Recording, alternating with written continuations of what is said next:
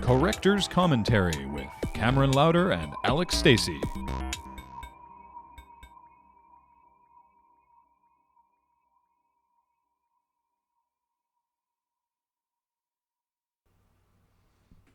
Hey everybody, we're back. Well, hey, it's good to be back. Yeah, it's been a while, but we decided this one's been on the shelf for a long time, long time. But I think we're both happy to kind of tackle this one. Happy is a word. Yeah. Well, I mean, interested, engaged. Yes. Maybe a bit excited. Yeah, a little bit.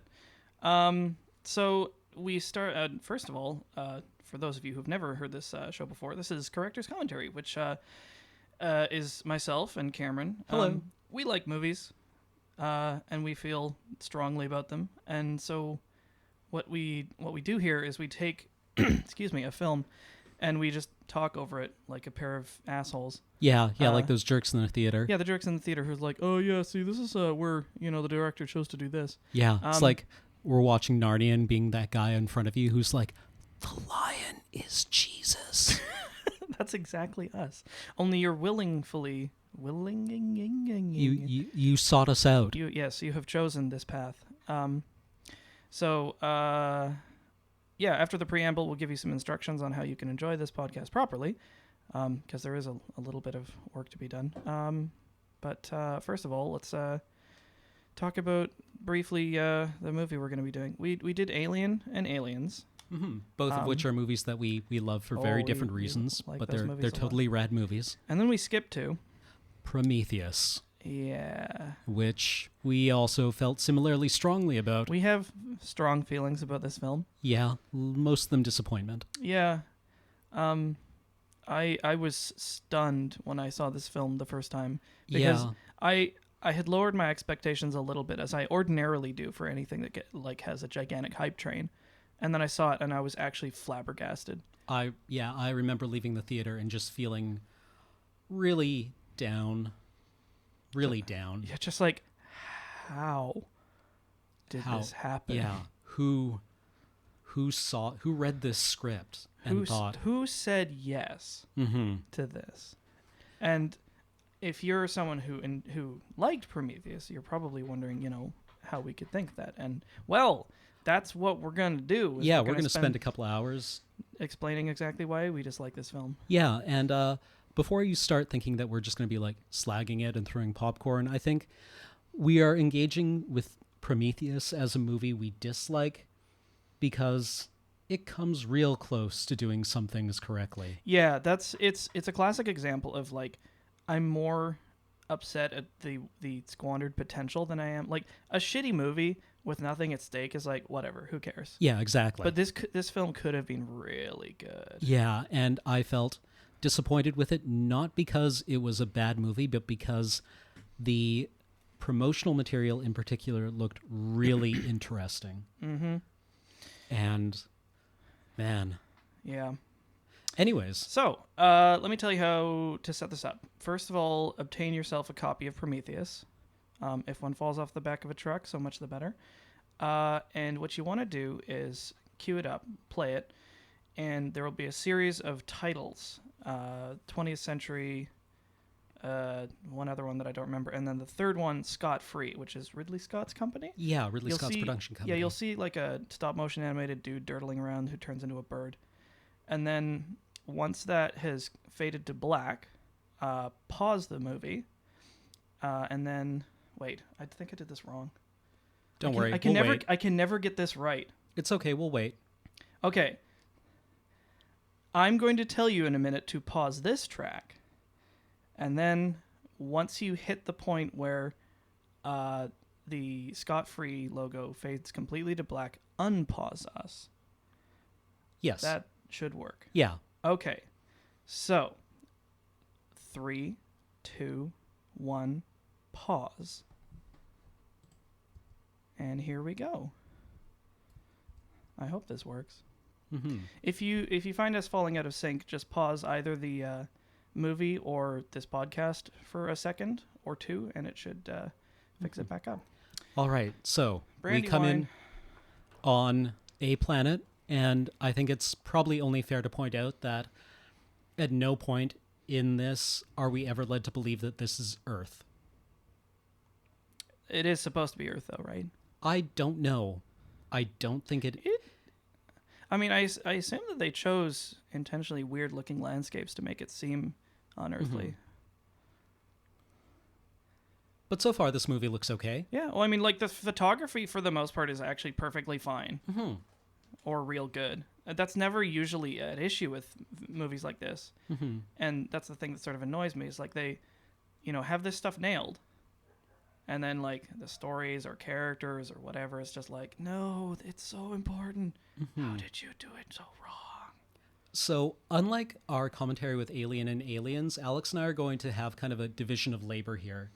Or at least we'll try. It'll Yeah. probably end up Bleeding in back and forth. Yeah. But I will be tackling a lot of what I consider to be the thematic problems of this movie.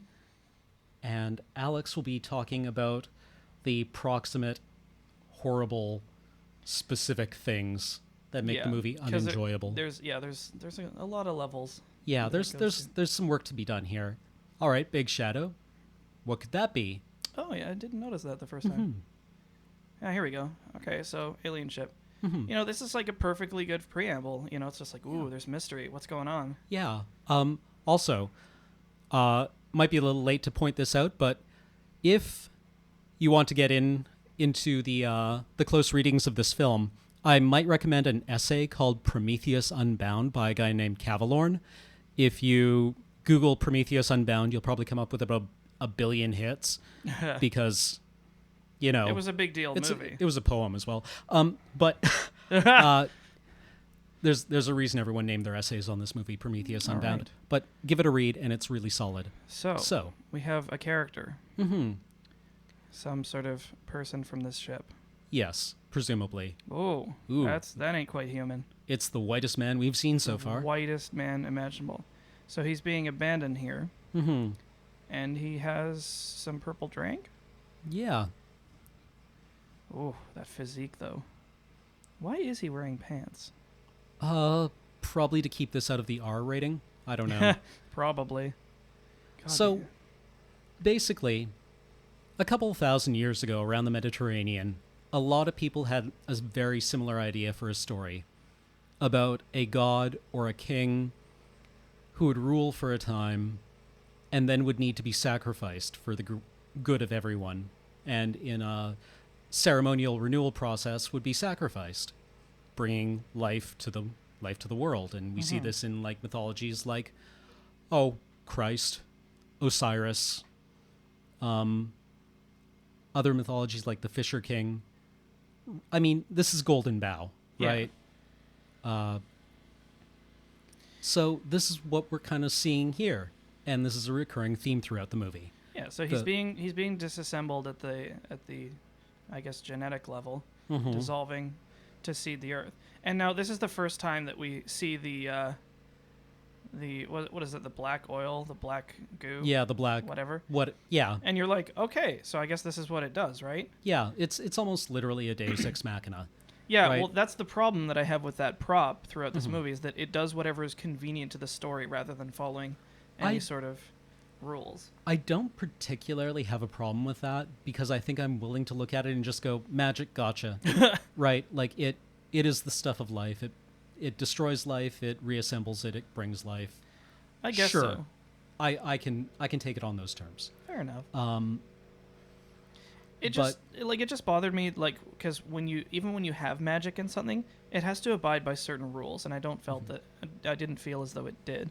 It just did like random ass shit, which we'll explore later. So here we have the most professional archaeologists known to man. Yep. Then again, I'm not an archaeologist, so I'm not really certain. Maybe it's perfectly normal to do. Well, I mean, like, this is like movie archaeology. Yeah. I can't actually take issue with this. All right. They're looking for something. They found their big, thing. Yeah, they're in some kind of like rough, foreboding terrain. I think it's Scotland. Yeah. The Hebrides, maybe. I don't know. So it's like most of the setup for this movie is very good. Also, I'm partial to any movie that has a character named Holloway. For example, Cube, the yeah. doctor who was the conspiracy theorist, which in that particular movie meant that she was the one who was basically the true believer, was named Holloway. Ah. Clever. Womp, womp, womp, womp, womp.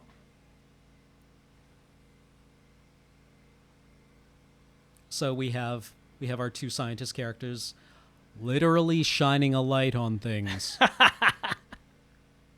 I mean, it's a cave. It makes sense. You would have flashlights. I mean, like, maybe that's not... it's fine. But it's just like, hey, we're sharing this big discovery that we've obviously been waiting a long time for.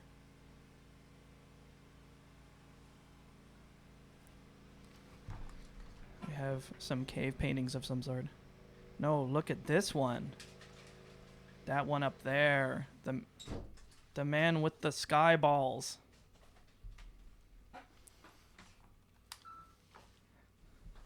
And this is where we start to have thematic problems with the movie. Oh, yeah?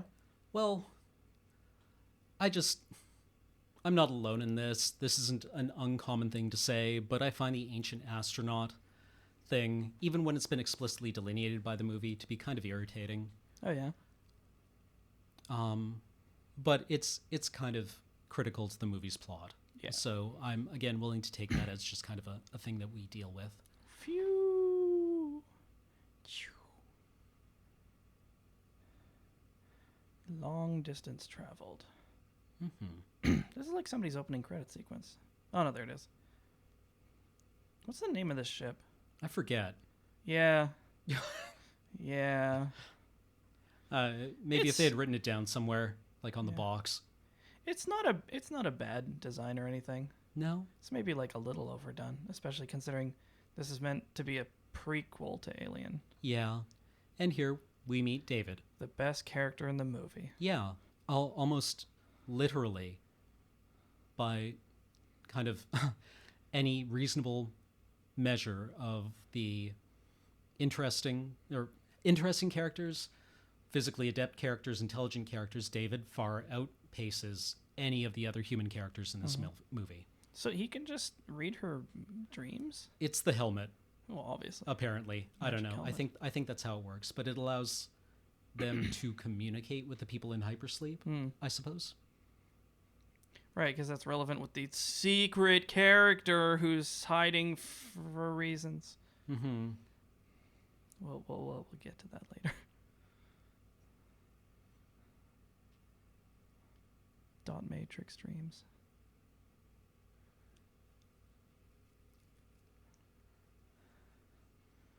So we establish Shaw as a believer. Mm-hmm.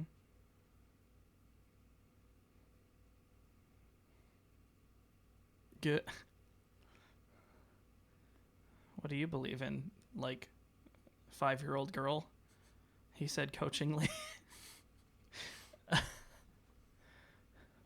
like... So what we're going to do over the next few minutes is just establish how ruthlessly capable David is. Mm-hmm.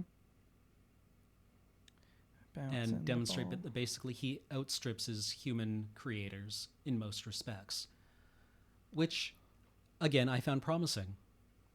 In a movie that is about, in explicit terms, looking for the creators of mankind, arriving with an artificial being we have created who completely outpaces us, I think is, well, it's really important, right?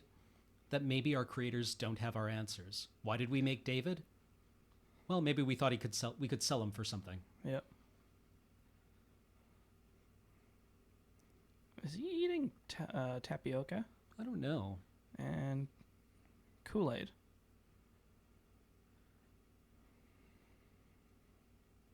Okay, man, he has got a lot of time on his hands. Mm-hmm.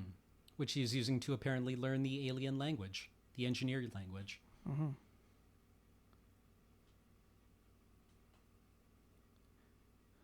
So have they done this with other like dead languages, figuring out like how it would have been spoken? Well, I imagine somebody had to figure out what Sumerian sounded like, or Akkadian. Interesting. Wait, what did he do to his hair? He's making himself look like Lawrence of Arabia. Ah. Or Peter O'Toole in Lawrence of Arabia. Nice.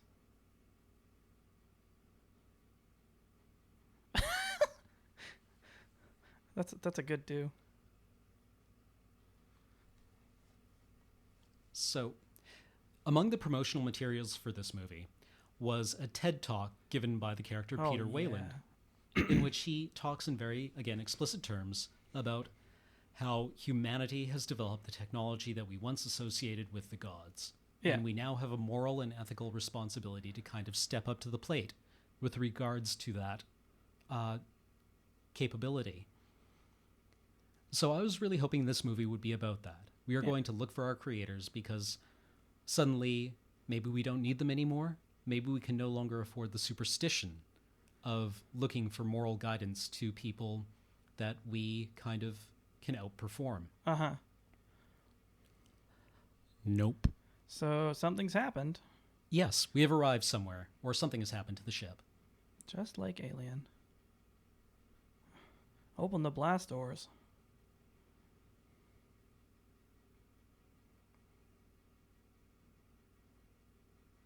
Yeah, see, like, all of this struck me as weird, again, because this is a prequel to Alien, and the technology is, like, far more advanced and way more, like, I don't know, Star Trek Yeah. than anything. Like, next-gen consoles with, like, the digital displays and stuff, and it's like, that's fine. I mean, it's inconsistent with the rest of, you know, the narrative, but oh well. Then again, Scott said that this film is not explicitly a prequel to Alien, even though, what the hell? But where do you even begin to deal with a statement like that? 1 and 2 and 3 and 4. I mean, there's some things that you know they did well. It's like the hypersleep in this time period is way nastier and wetter and grosser. Mm-hmm.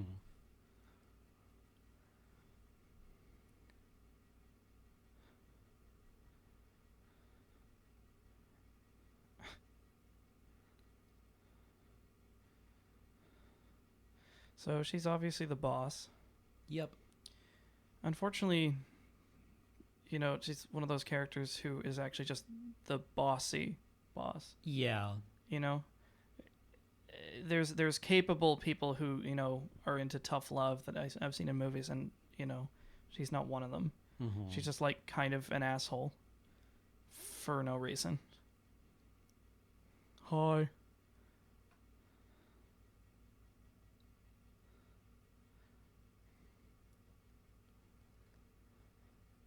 All the fluids. Drink them.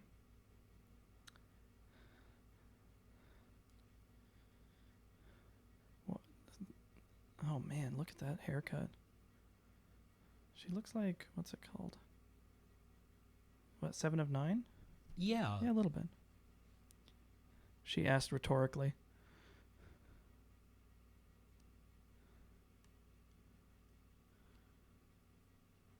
Huh. It's Christmas. I wonder if that has any kind of symbolic or... Nah, probably it's a coincidence. Tweedledee? Tweedledee. Yeah, nice to meet you, because, you know, we didn't meet before we started this mission, or were briefed.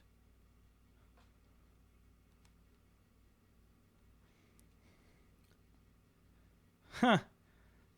Exactly the kind of person you would want to send on a very crucial high-end mission. Yeah. You know, one that a complete twat is what I'm saying. Yeah, exactly.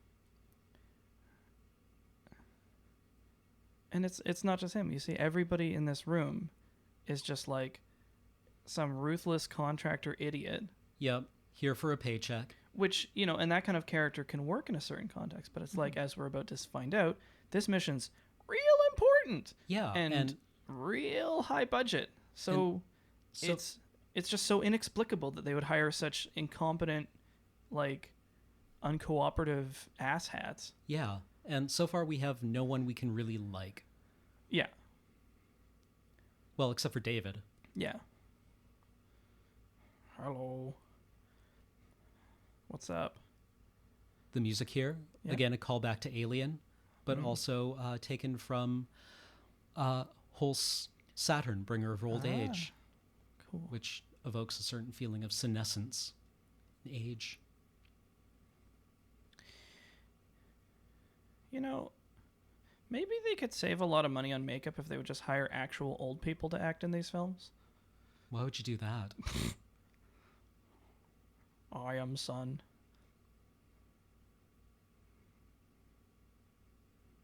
He is also wearing flip-flops.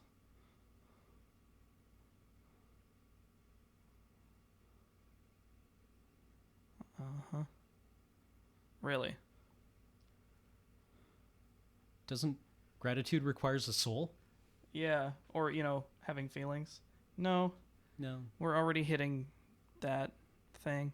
Yeah. Which is a kind of a surprising position to be, like, coming from somebody who's, like, so into science. Yeah, exactly. I mean, like in the background, we have the opening hints of the Weyland-Yutani terraforming technologies. Mm-hmm. Also, like, his motivation later is, like, he wants to achieve immortality. He's like, nerp, nerp, nerp, souls. Yep. What? You clearly don't give a shit about that. No. Whatever. Anywho, here's their proposal.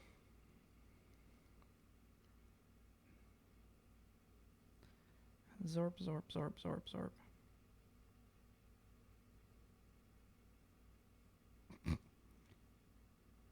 Ha ha ha. This Rubik's Cube. Let's see how many holographic devices we can activate.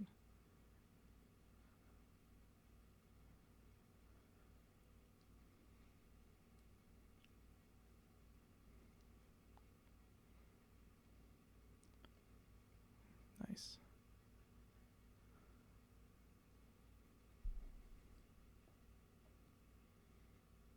Oh, it was Scotland. Pretty country.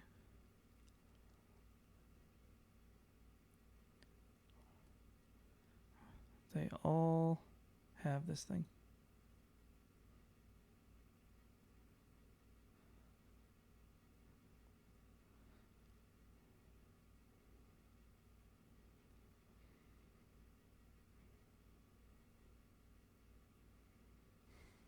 So yeah, a space mystery.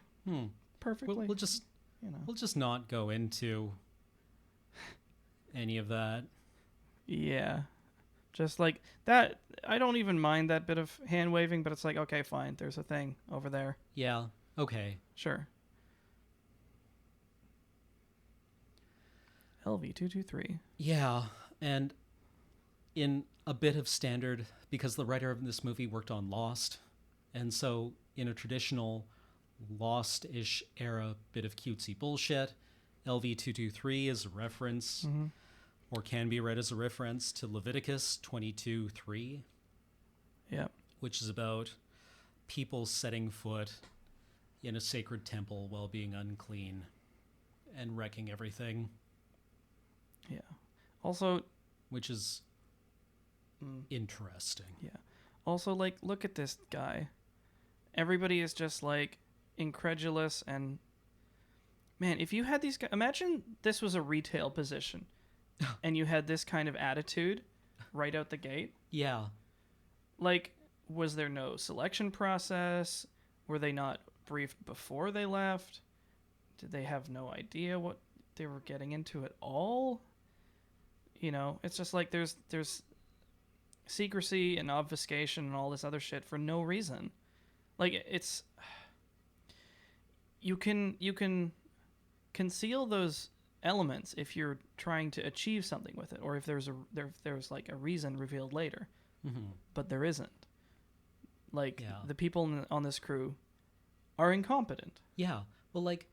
And not even, like, incompetent as a function of the story. They're just dumb. Yeah. Look, the crew of the Nostromo were more professional than they these absolutely guys. were. They, like... I can never remember their names. Well, Parker and Brett. Yeah, they're jackasses, but they did their job. Yeah. You know, when shit hits the fan, you know, they get to work. You know, and they're the grease monkeys. They, you know, are crass and, you know, not very smart, but competent. They are absolutely competent, and that's the difference here. These people are not competent. Look, a plot device. And we have one, miraculously.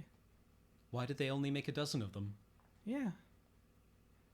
Look, it's Chekhov's hand-wavy thing. Yeah, pretty much. Anyways. God, that stupid fucking prop.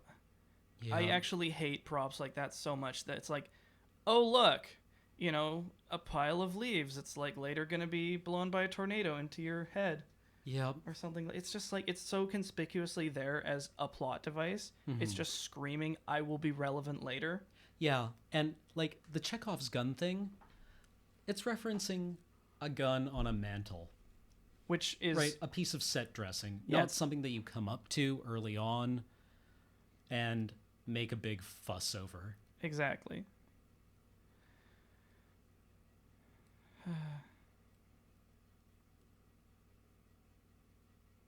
Sigh.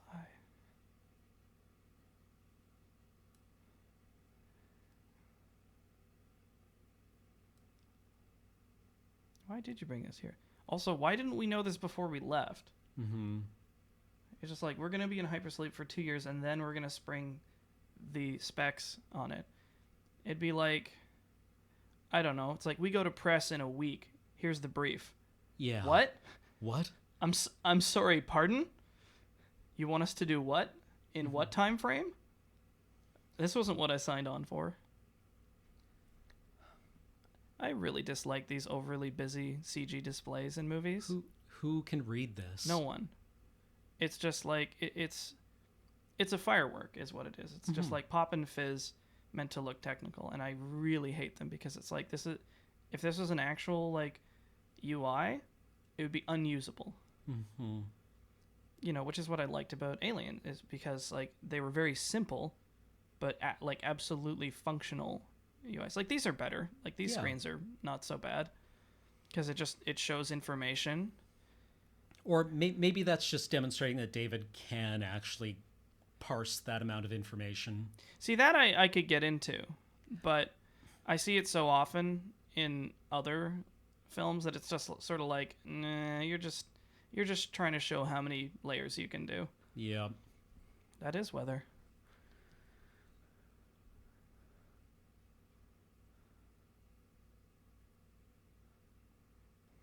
So another story that this movie borrows heavily from is Lovecraft's At the Mountain of Madness, in which a team is sent from the Miskatonic University on a mission to Antarctica in order to explore the origins of mankind. Uh-huh. And they discover... Evil monsters. Well, they discover there's Shoggoth Uh-huh. in a ruined city that predates life on Earth. Mm-hmm. Kind of like this. Things that are, eons old. Yeah. And Guillermo del Toro was going to make that movie, and he won't, because it's too much like this. Sigh. Did nobody complete an orbital survey before they tried landing here? No, this is pure YOLO mode. Yep.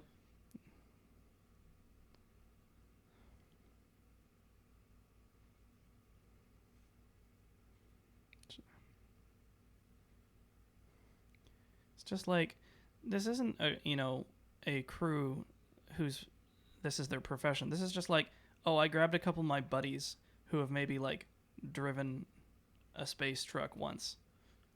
Yep. Sure, and they will. What is he doing?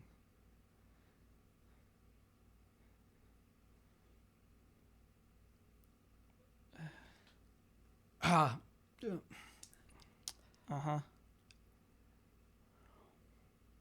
You know what? Never mind. Yeah. God does not build in straight lines. That one get to you?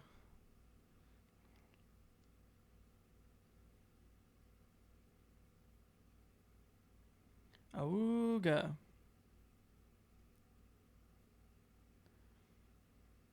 Yeah, it's like the temple looks really cool. Yeah. Well, that's probably because it was designed by Giger for a different movie.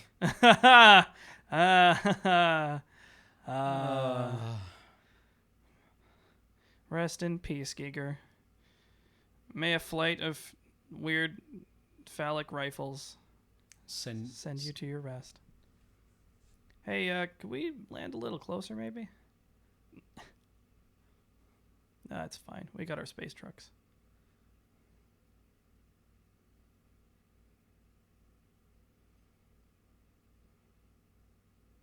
Yay, we did it.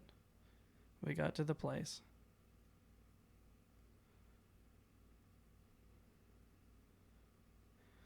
Oh man, I love this. He's like, there's 6 hours left in daylight. He's like, no, I'm impatient. Yep. I want to go now. And even though I was just told that I am an employee and that I'm not in charge here, apparently I have the authority to pull the trigger on this mission under stupid conditions. You know?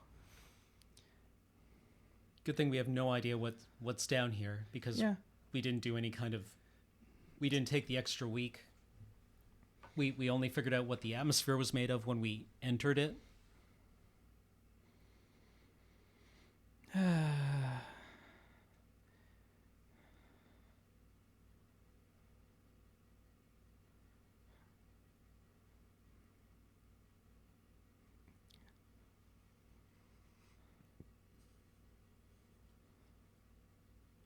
What do you mean, you people? Mm-hmm.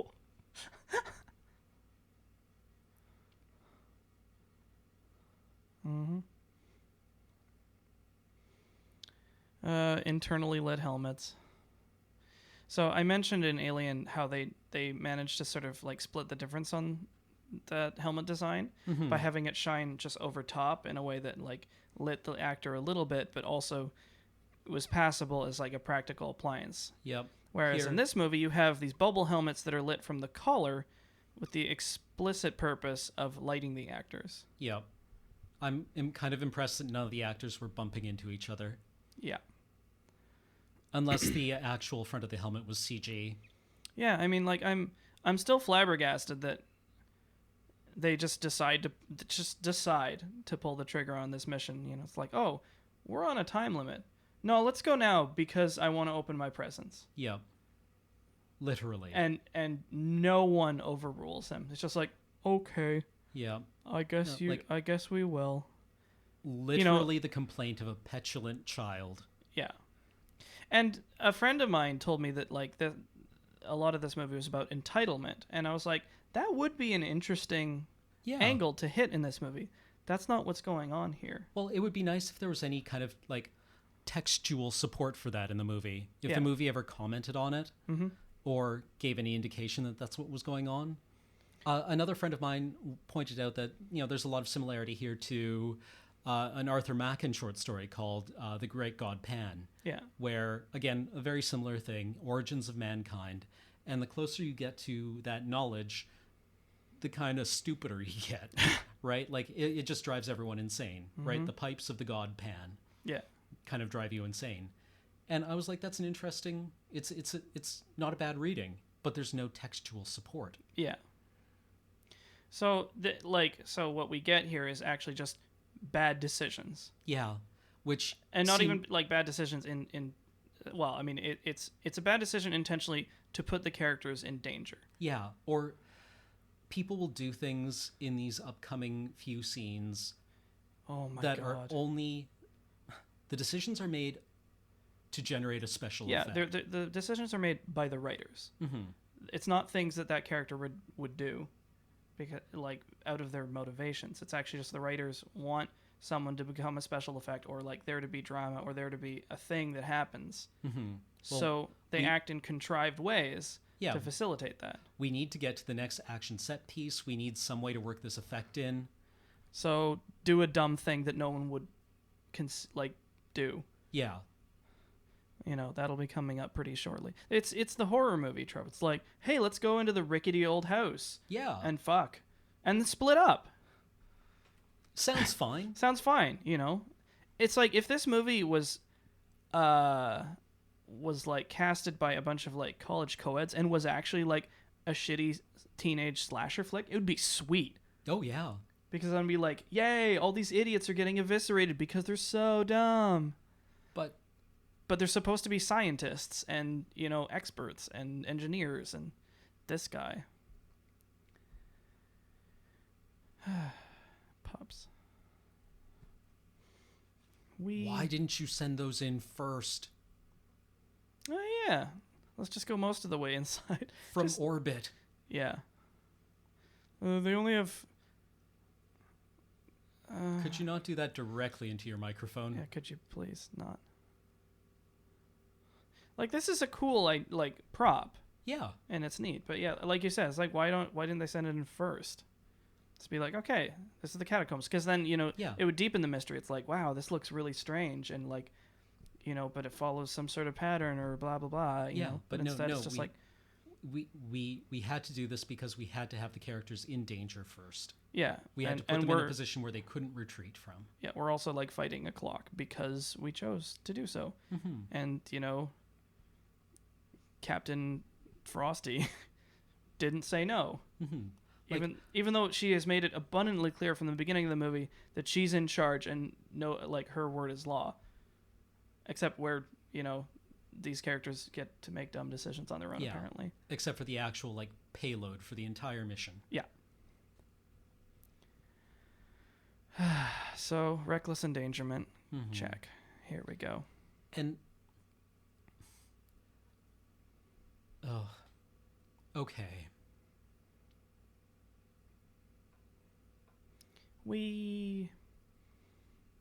Still cool set pieces. Yeah, definitely. I actually like the design of the spacesuits. I think they make the astronauts look very vulnerable. Mm-hmm. Okay, so yeah, they run a scan. They're like, oh, the air is probably breathable. Cool story, bro. And then, for fuck's sake. Don't be a skeptic. What do you mean a skeptic? It's just like, even if the atmosphere is breathable, it's like, let's not, check it for pathogens, viruses, just like any kind of shit that we could. And he just does it. Yeah. For no reason. Well, literally everyone else is telling him not to. And he's like, air.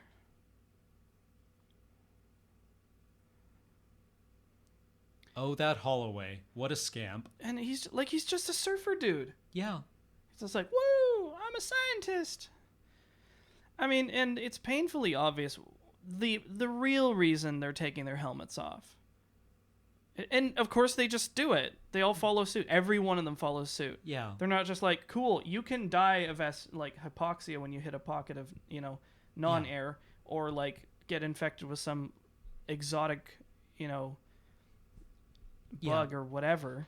I'll keep my helmet on, thank you. Yeah. But no, they all take them off because the actors need to be visible. Mm-hmm. And that sort of contrivance is just like, it draws so much attention to the narrative and the craft of the narrative. Mm-hmm. When stuff like that happens, all I can see is the writers. Filmmaking is about illusions and things like drawing attention to the set pieces and pulleys and wheels and stuff breaks the illusion. Absolutely. And that's why things like this are so frustrating. It's like, I can see the man behind the curtain when you do stuff like this. Slimer. He's got Master Chief's glove. He does too. Zorp. Nobody touched nothing.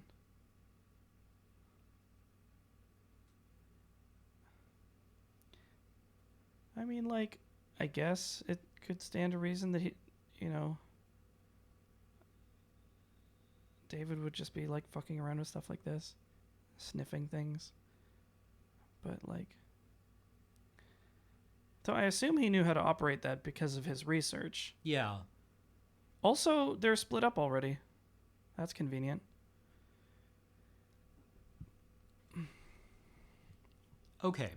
The haunted house. So a lot of the critical response to this movie has dealt around the reading of it as yet another Golden Bough narrative. Mm-hmm. And it works in that respect, right? It is coherently telling that story again. The Christ story. Mm-hmm. The Osiris story. Yeah. That's fine. But that doesn't make it interesting. Yeah. We've literally been telling this story for thousands of years. Yeah. And this particular story, the event they're showing here, in that interpretation, is a response to the actual Christ myth. Mm-hmm. Wherein 2,000 years ago, this stuff went haywire after something happened to Also- us. I also- wonder what that could have been. Yeah, it's also just like, why is this recording here? Yeah. Oh, here's a part that I love. Just wait.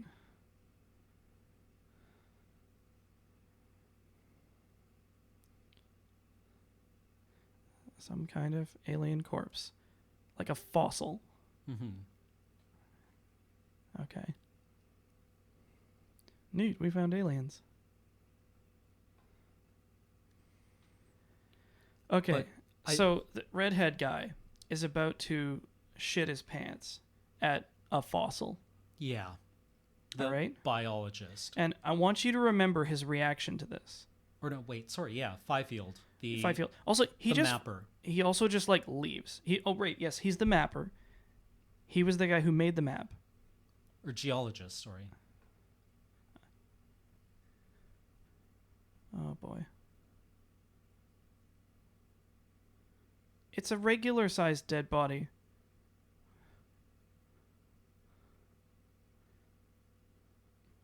By myself. Alone. Alone. And I know the way back because I made the map. Right? Yeah, exactly. The guy Anybody with the want to join? drones. Also, anybody want to join me? It's just like, who's in charge here? And who's like, you are under contract to do this. Yeah, And you, like, your literal first words to us in this movie were that you were here to get paid. Now you're going to put yourself in breach of contract. actually, yeah, who is in charge here? Apparently nobody. There's no fucking commanding person. I thought it was Holloway. Well, I mean, obviously it's nobody. The carbon. But reader. like, okay, we have been telling this story for thousands of years. Yeah. This just goes through the numbers. It's a paint-by-number retelling of the same thing. We're going to see about 1 million abdominal wounds and sacrifices or not sacrifices and moral consequences for those decisions. Mm-hmm. And it's boring. It's super boring. This is the same mistake that the Matrix sequels made, where they just retold the hero's arc again. And it's the same mistake that Elysium made, where it just, again, retold the heroic arc. Do something different with it. Or at least do it well. Like, I get it. You read The Golden Bough. I read it too. I thought it was kind of cool.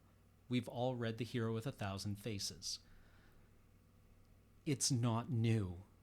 Do something new with it. When your promotional material for this film is literally, we have come so far that the past is no longer morally and ethically relevant for us,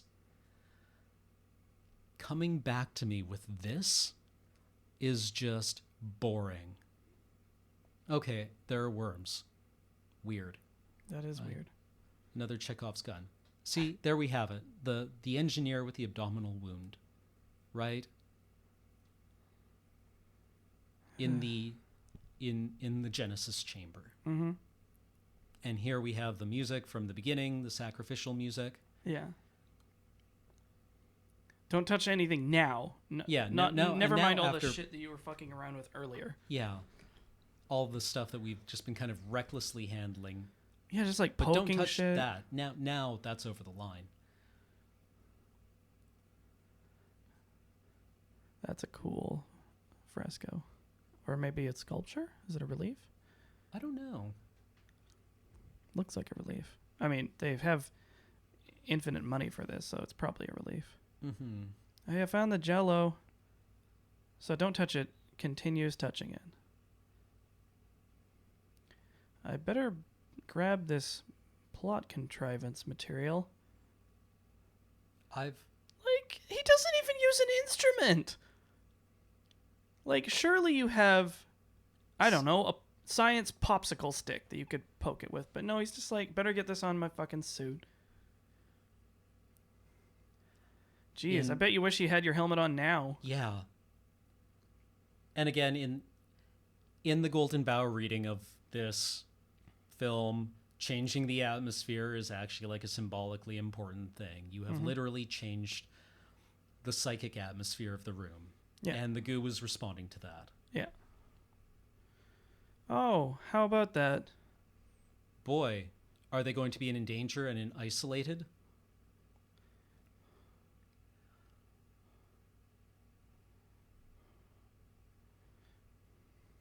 Oh, man.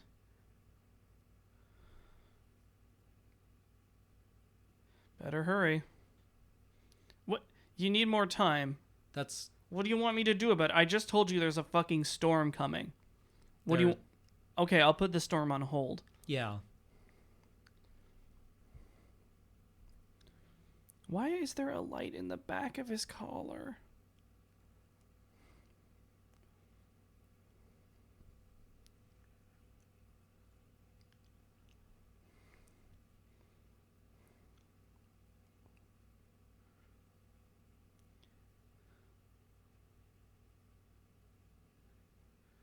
Oh, that's a reference. Yep. Was it Frost we are leaving? The worm things are being bathed in the goo. I missed that the first time. Mm-hmm.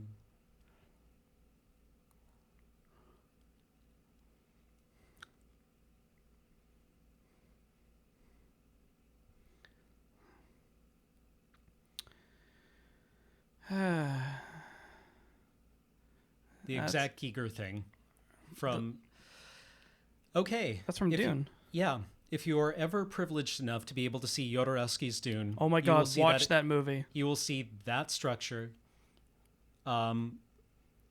being airbrushed by Giger as a Harkonnen base for Jodorowsky's Dune. So it never got used, unfortunately. Oops. Man, I guess you should have secured that. Oh no, a bad thing happened. Just as we contrived it to do so.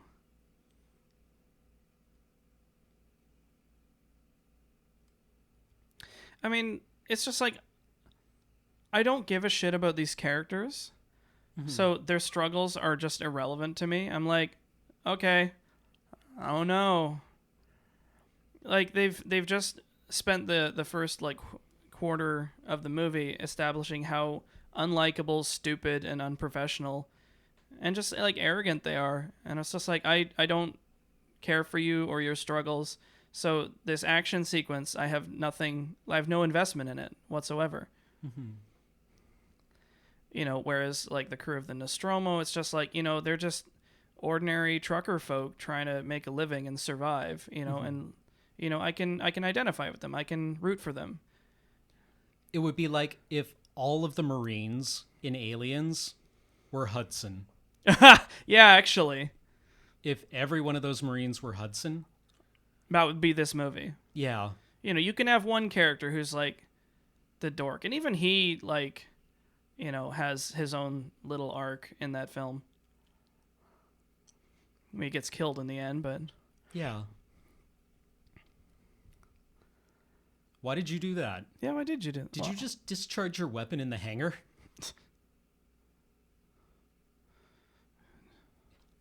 I'm sorry, did Holloway just dress her down for being reckless?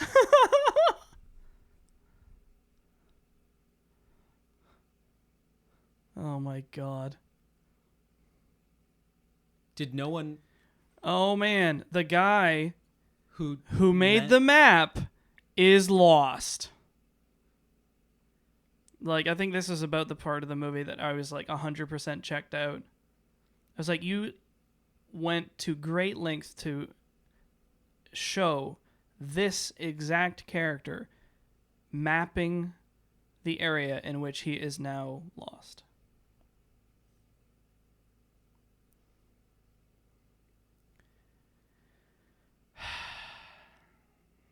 Oh. Ha ha ha. Oh, they started to get it out.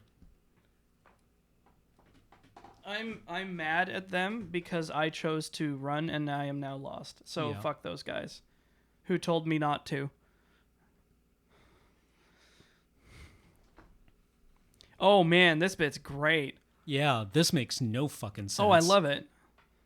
So it's like, all right, we're going to investigate this no contagion. What do you mean stable? No contagion you know of. You're on an alien fucking planet. Do you think maybe your lexicon needs to be expanded a little bit before you make that declaration that this is fine to work around with no protective gear whatsoever. It's insane. Yeah. Like, it's actually just, like, nuts. Oh, drama. There's a head inside.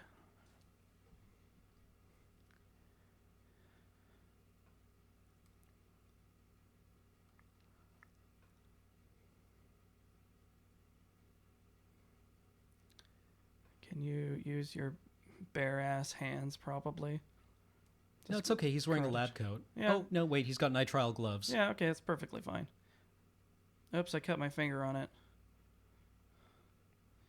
Like, oh, I'm glad that we investigated the inside of that container to make sure that it was, sterile and no contaminants found. Yeah, no. No contaminants that we are aware of from Earth. Yeah, like, forget about this thing contaminating the ship and everyone here. What about you contaminating it? Oh, You're running genetic tests on it. that Genetic. too. I'm air quoting right here. Genetic tests.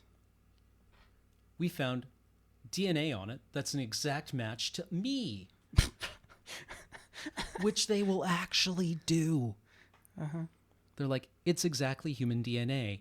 And like, forgetting... Don't email me about this. We've been through this. That's not how DNA works. Maybe it's yours. Uh-oh. It's blorping. Apparently it's alive. Or something.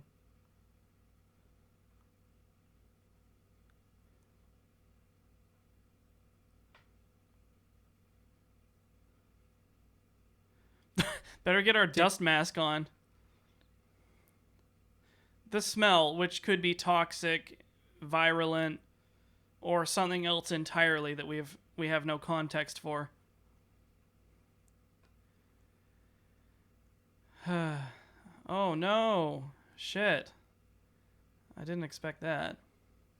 Welp. Also, Cam, Mm-hmm. why did that happen? Well, Like, what did that do for the story? What information has this given us? as far as I can tell, thematically and plot-wise, there was no reason for that to happen. Other than to demonstrate that the humans are greedy and reckless and don't really seem to care about what they're doing.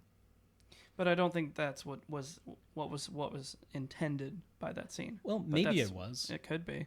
I mean, That they're maybe a bunch these of people... chumps. Yeah, that maybe these people are just so selfish and stupid that they will happily endanger...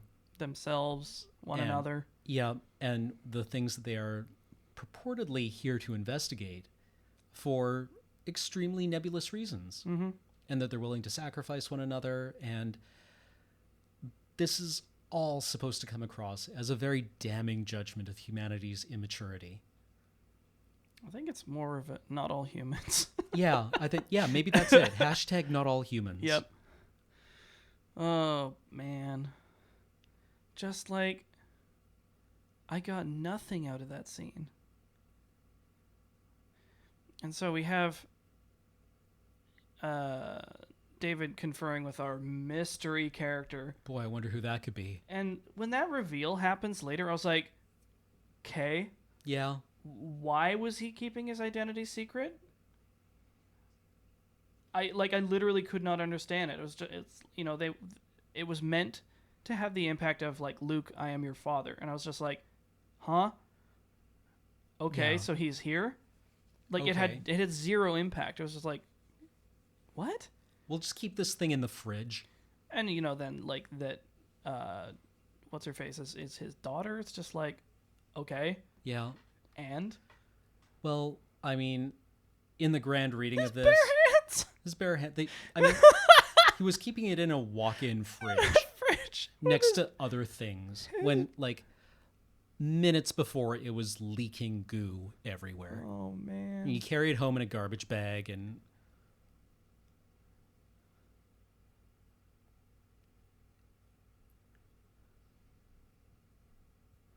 To human DNA. Whose human DNA? Movie DNA. Oh wow. So I went to the bathroom during this part, so now I get to see it. You were probably watching the exact same thing the rest of us were. Huh. Those like ampules? He's just fucking handling it! Even if you are an android. Oh my god.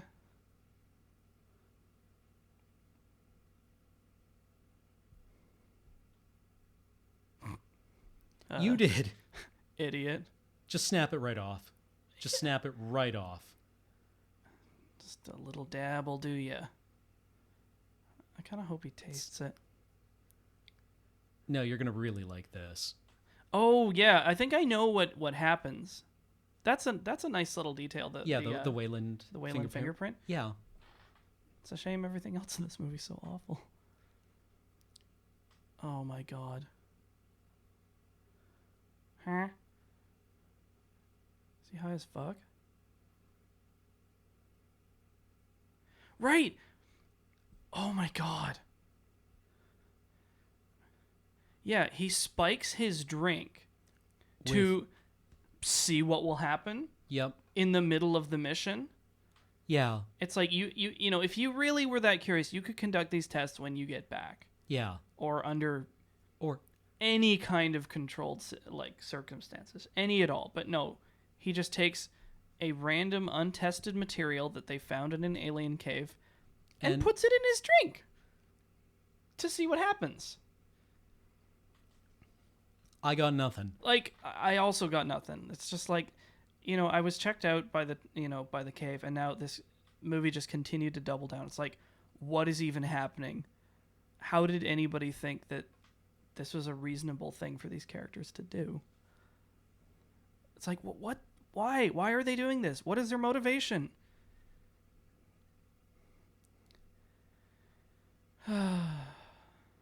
And here David is also just being really transparent with his contempt for humanity.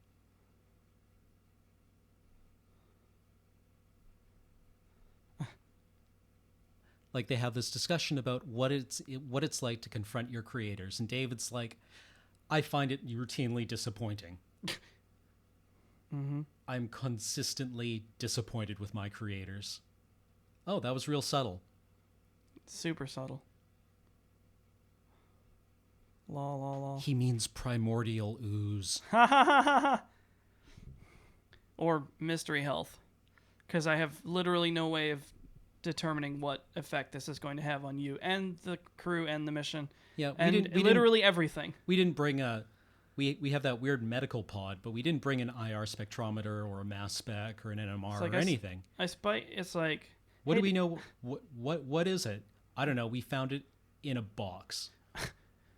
It's like, hey, Dad, I spiked one of the crew members and it went viral and killed everybody in the crew. What? You're no son of mine.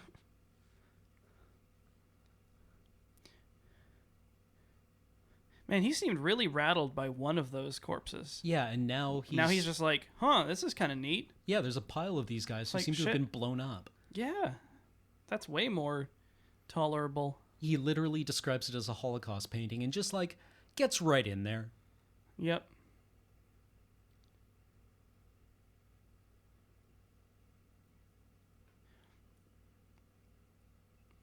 Is it really necessary for you to calm us with an orchestra stab? They know where they are. Yes. They know where they are. The ship knows where they are, and apparently they don't? No, they know where they are.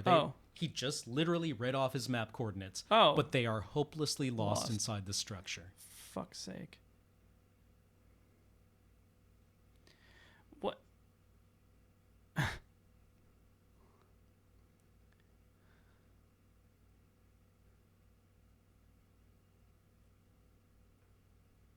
Bloody pang. God damn it. He said there's enough static electricity flying around here to fry their suits, but they're still getting signals from you know what? Fuck it. I don't care. Magic. Sure. Your movie gets one sure from me. You get one, and you blew it in, like, the opening sequence. Let's see what the sure deficit is. It's probably at least, like, 12 at this point. Yeah. Okay, there's the black goo, sure. There's the ancient aliens, sure.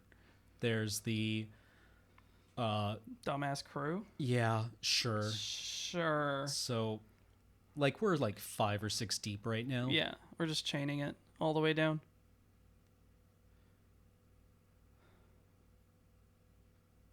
I always wondered why there was this like weird like 3D VR playback. I mean, it's a plot MacGuffin. But I don't know. Oh man, it's this part in the horror movie.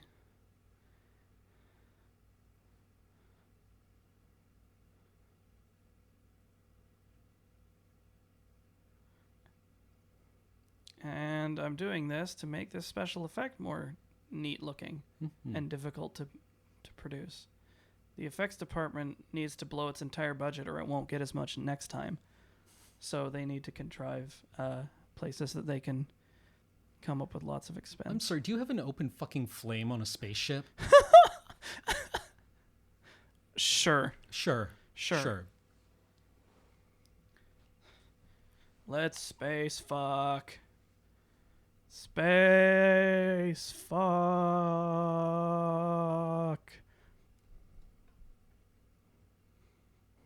You taste like primordial DNA.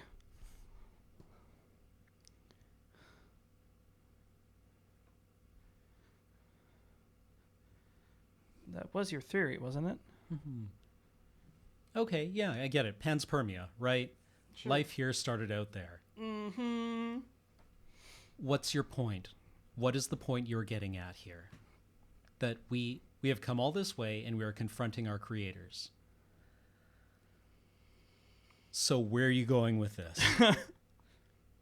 There's a clear arc here going that we created David and David is morally, ethically, physically, and intellectually superior to us. What if we are superior to the engineers? Hey, that would be an interesting idea. What if our creators can offer us no moral or ethical guidance? What if we have only ourselves to rely on? Yeah. What if we can't run home to our genetic forebears, to our parents for shelter, for guidance, for a way through the wilderness that we're encountering? I would like to watch that movie, Cam. Well, I got some bad news for you. God damn it. You know what? I'm gonna get a beer. We're gonna be right back. All right, and I will narrate you through, hopefully not a long sex scene.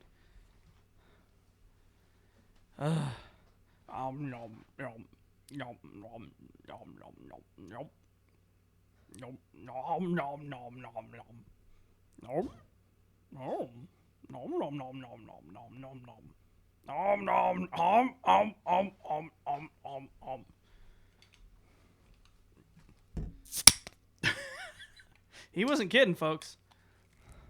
That's better. Oh yeah.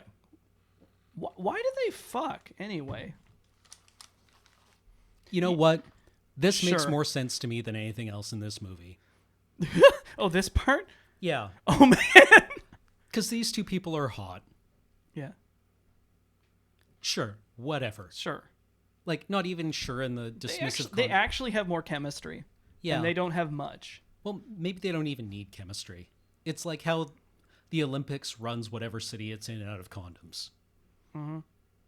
When you have mountains of attractive people in a room together.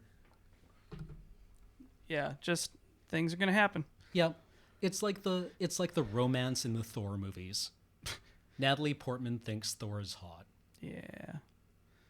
I actually haven't seen those films. The first one is quite bad, and the second one is the best Star Wars movie. Nice. Though the thing is that, like, I don't understand why they just have a random sex break in the middle of this film. It's like the characters have to do things for a reason, and that reason has to be in service to the story. And there's nobody else. Well, I mean, this in service to the story is exactly why they do this, because it's a contrivance to get the ship, get the people on the ship stop paying attention to what's happening in the temple, Okay, there you go. right? Because suddenly nobody's watching out for the biologist and the geologist. And that's when the horrible Greebly monsters come and get them, because nobody's watching anymore. Okay, so it's just a stupid contrivance. Yeah, yeah. They just decide to leave their posts. You know, with a pair of people in peril, also just wandering around. Yeah, In not here. hunkering down. Or just like, you know what, they'll be fine. We don't need to monitor them 24/7. Because I got to go tap that. Yeah. Just like, you know what, God damn it. Like, he just... Look at this. What the? He's smoking weed.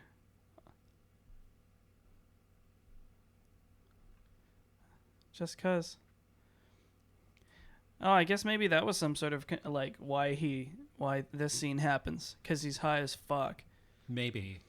I guess It doesn't that's... explain why the other guy is behaving like an idiot. Actually, yeah, the other guy is the dumber one in this sequence. So, okay, remember, these guys who ran almost literally screaming from a dead alien fossil are now encountering some an sort of alien, live, clearly dangerous snake monster. Yeah, that's like... I mean, was Giger dead at this point, or was he still alive? He was alive. Yeah, okay. Yeah. So was this them generally trying to ape a penis monster? Probably. Well, did he actually work on this film? Oh, I can't even be bothered. I don't know. So he just goes and fucks around with it. Yeah. Isn't it weird that we're encountering a serpent in this? A serpent with two innocents? Man, where have we seen that before? Oh, right. 3rd grade. Stop poking at you, idiots. Like, what is okay? Nothing is okay. This is transparently... Oh, shit. I did not weird. expect See that that to happen. So this is what the black ooze did to those worms we saw earlier. Okay, it turned it into a monster. Yep. It's a serpent in the Oh, it's a snake. It's a snake. It's a badger. Ow.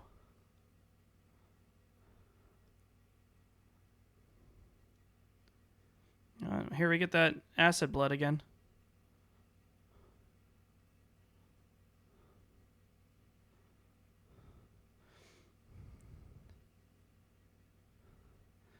Oh, man. A serpent that turns men into beasts. I think I've seen this hentai. Was it better than this? Oh, yeah. Want to watch that instead? Kinda. Ugh. Man, my alien sex was so bad last night.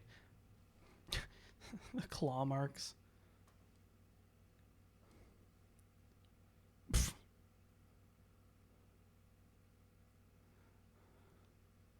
Mumble, mumble, red eye. Do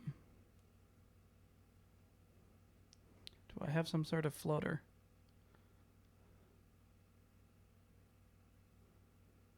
Let's have a closer look. I appear to have a worm in my eye. Better not better tell not anyone. report that to the doctor.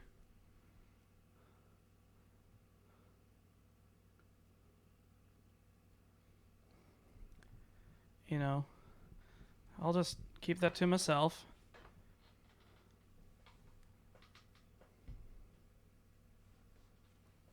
Oh, man.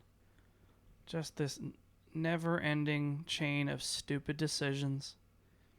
Stupid contrived decisions. It's like, the thing is that stupid characters can work in the context of a movie, but that's not how these people are acting. They're not acting in a manner consistent with human beings. No, yeah, like these are not just behaving like stupid people. They are behaving like stupid, engineered characters. They're plot devices. Yeah, they are aren't plot people. devices. Yeah, they're not people at all. Like, they may be played by actors. They may have, dialogue and stuff, but they're not actually people. They are props. Yeah.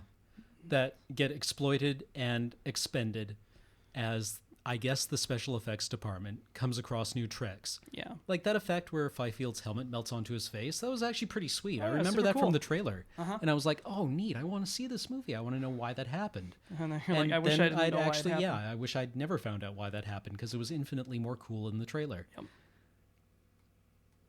I sure hope it doesn't turn him into a zombie. Boy, that would be stupid. Why didn't they bring the trucks in the first time? Shh, shh, shh. David, why do you have RAM glued to your forehead?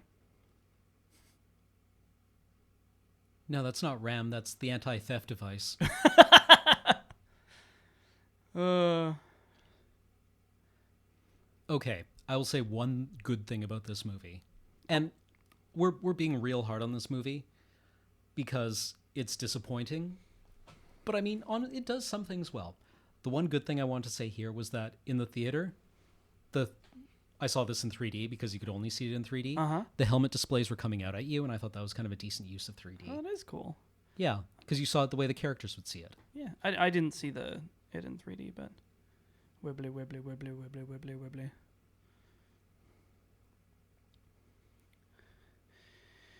Yeah, I mean, like, there are things to like about this movie, but they're just like so, I don't know, snowed under by all the garbage. Mm-hmm. Like, oh man, it's a stockpile of material. Those things that full of that stuff that does a thing that we don't know what it is. It's like what this means isn't really that clear. It's like if it was like, oh, it's some sort of bioweapon, it would be like, oh my god, they have so much of it. But it's like I don't know what that stuff does or why. And because it doesn't appear to follow any sort of rules that the movie has set up. It just does whatever it feels like. So it's like, oh, they have a bunch of MacGuffin, which I guess would be really powerful. What that scene and what I'm going to call it the Genesis room or the statue room where the giant engineer head is, where they've been spending a lot of time. Yeah. What those scenes make me believe is that Ridley Scott didn't understand why the egg room worked in Alien. Because the Genesis room clearly evokes the egg storage chamber in the derelict spacecraft. Absolutely. But why? Why? Like, I saw that in the trailer and I wanted to know at what point do these things turn into the eggs, right? Because that seemed to be the implication. But it's just a visual echo with no substance to it. Yeah, exactly. It's like a visual echo with, like, it just has no payoff. It's not actually, like, related. See, I'm going to go on a bit of a long walk here. A few weeks ago, I was waiting for a bus, and this woman approached me and started talking to me in very familiar terms, and I did what most people would do in that situation, which is assume that I had met this person before and had forgotten her name, and I went out of my way to be kind of friendly and, like, scramble for who this person was. Okay. And then she laid the proselytization on me, where it turns out she was a Mormon who was on one of her missions and wanted me to read some of her literature. And it was such an exploitation of a human trust. Yeah. And that's what this feels like, right? Like that egg chamber to Genesis chamber room made me feel like I had been ripped off. I hear you.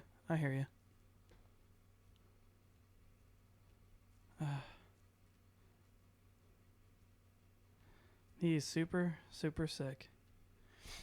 No, I see what you mean. Oh no! A Monstar. I bet you wish you had your helmet on.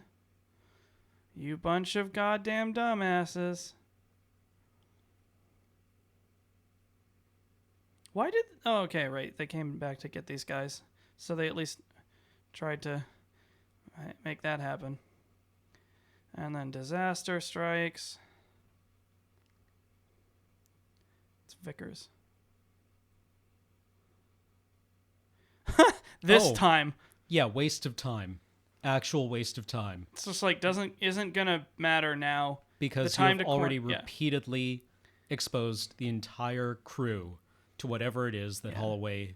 Like that Like was even if you don't know that David has infected him with something, Yeah. if you assume it's some kind of pathogen that's present in this environment, it's way past a useful period of time. like that's why I liked, in the first movie, so much. When the crew comes back and they're like, a weird thing happened, and Ripley is like, what is it? And they're like, we don't know. You got to let us in. And she's like, no. Because this is insane. It's like, I am really sorry that you guys might die, but this is quarantine protocol. Yeah, this is not just for us. This is for everyone that this ship can reach. And it gets overridden for a good reason. Yeah. Because Ash is on the orders of the company to retrieve this organism. Yeah. And she calls him on it. She's like, why the fuck did you let them in? He's like, Mm-hmm. Well, it was human compassion. Yeah. Right? So, anyways, and you just don't have that here. It's just like, derp. Oh, I guess we should probably quarantine ourselves now.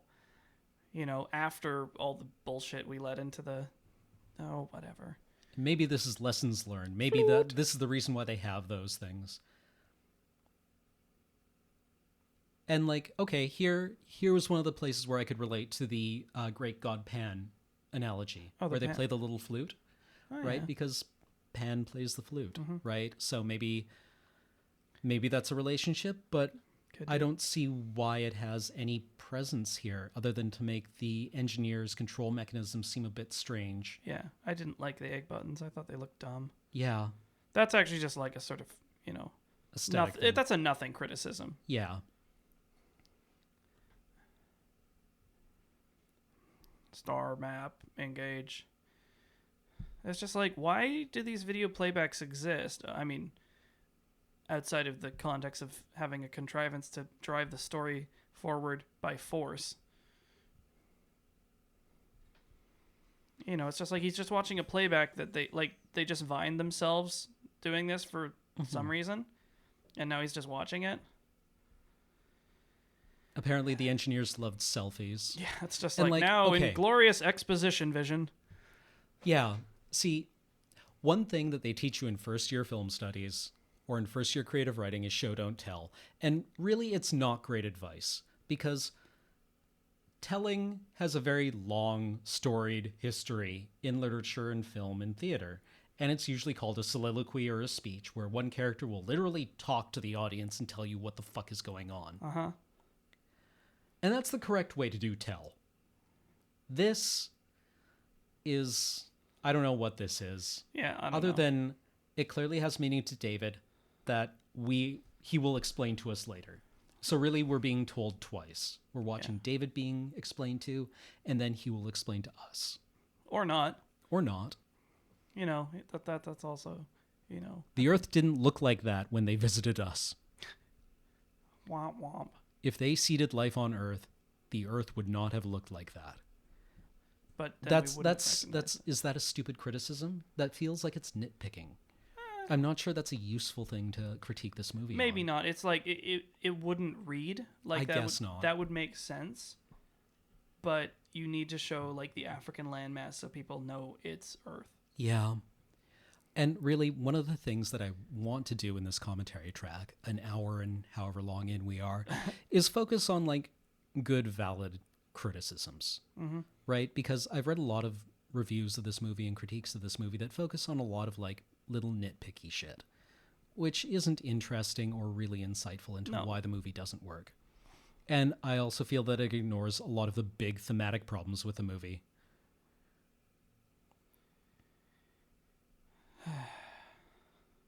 God. And here you are interrupted by a whole bunch of the awful technical aspects of it.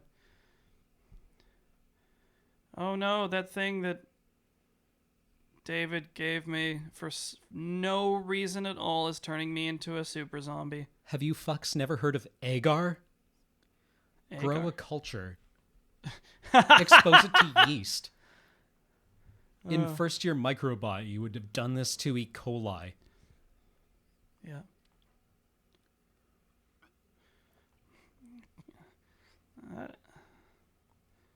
Awooga. I'ma torch him.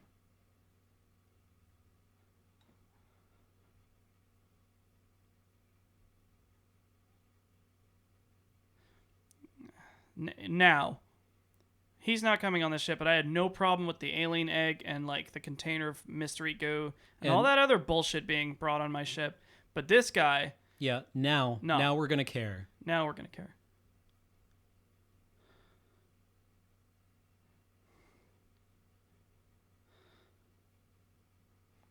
But no, we have to do this now so that Holloway can sacrifice himself in something that is thematically relevant.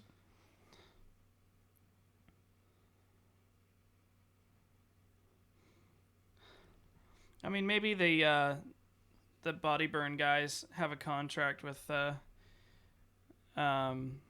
studio to do one of these per movie. See, like, and this is another thing that makes me feel horribly betrayed by this movie, because usually any movie that I watch that has a man on fire is totally rad. Sweet. Yeah, that's like my checkbox for a movie. Does it have a man on fire? All right, I'm on board. I'll just remove the symbolism. Oh. Yeah. Oh, we're going to go straight into some other symbolism here. God damn it, this bit. I, as a genderless, beautiful, ethereal creature, am going to tell you, Elizabeth, that you are miraculously pregnant. In something that has no subtext whatsoever. Oh, man. What are you going to name it? Don't say John or Paul or whatever the fuck the apostle's name was. I'm kind of loaded.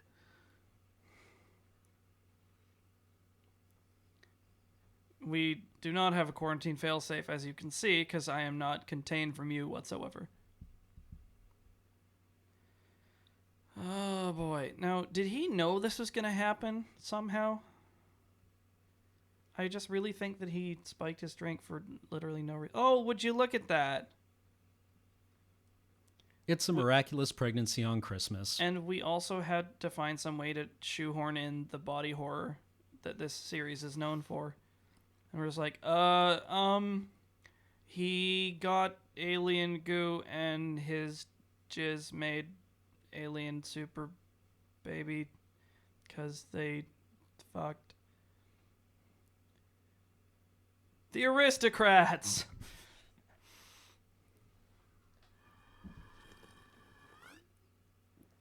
Oh, it's a super alien fetus. Monstar.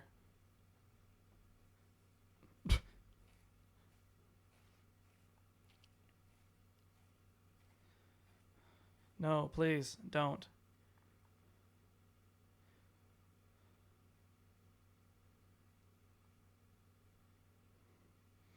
Except for that machine that we established earlier, whose sole function in this whole movie is a contrivance to extract it. Yep. Ugh. So this is around the time that the feminist criticism could really start in earnest here. Mm-hmm. And would be very valuable. And also another way to attack this whole Christ myth thing. That this movie is desperately trying to do. And just doing by the numbers. Mm-hmm. This is a very by the numbers retelling of that myth. Which isn't to say that that myth incorporates spaceships or anything, but it hits all the correct, like, notes. Yeah.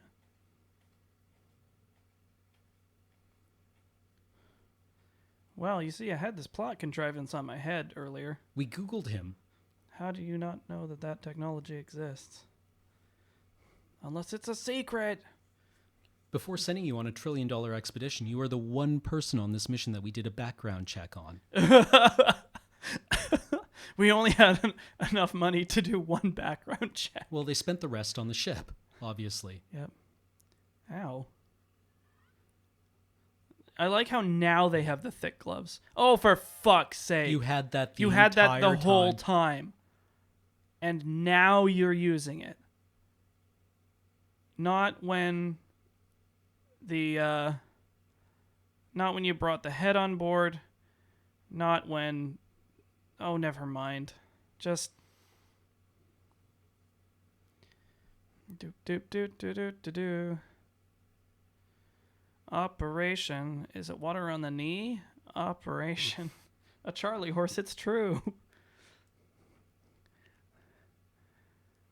And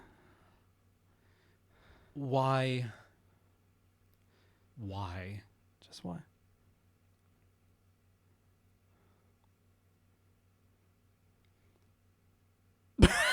Is it? Why? Why would you only calibrate it for male patients? Load a second file. Like,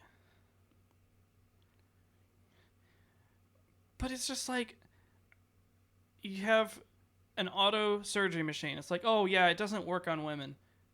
Why? Just doesn't. Yeah. Why? What did that change? Like,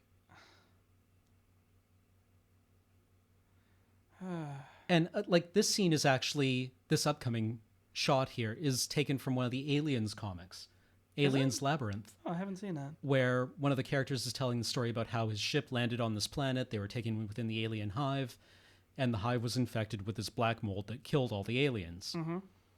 And he made his way back to the ship and performed surgery on himself to remove Yikes. a dead chest burster from within his own abdomen. And it's a really horrifying shot in this, or sequence in the comic. That sounds pretty cool. And Well, you're about to see the same thing here. oh, okay. Howdy, howdy. I don't think I can hear you. She is moist.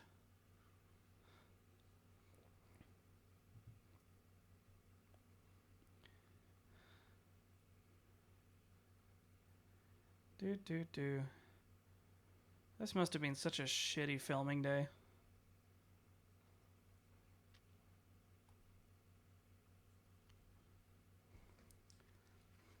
And I mean, this is of course like aping on like the like I said, the body horror from the first movie, but because it's so long-winded and you can see everything so clearly, I feel a lot of the impact is just lost. It's like the chest burster scene with Kane is actually pretty short. Yeah. But it's just like sudden and violent, and you're just like, holy shit. Gross. Icky. Oh no! It's a squid. That was really gross. Yeah, that Actually, was- oh! Ow.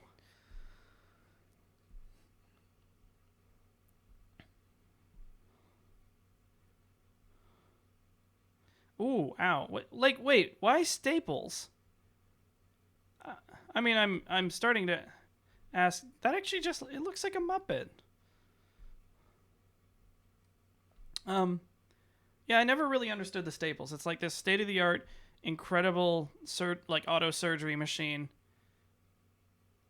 Actual, just like staples. Yeah, and like, can we not do the thing where it's like Shaw's now running around after having her abdominal muscles sliced open? Like, And she's just fine.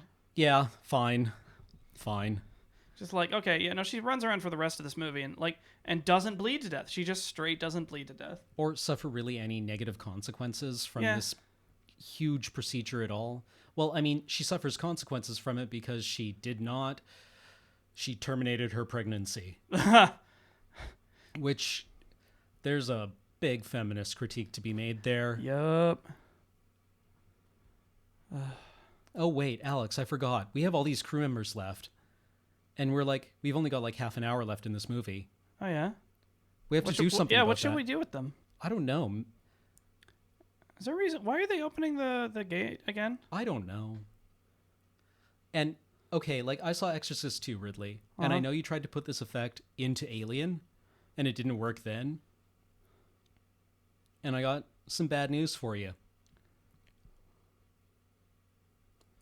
Uh-oh. Don't be a super zombie. Hi.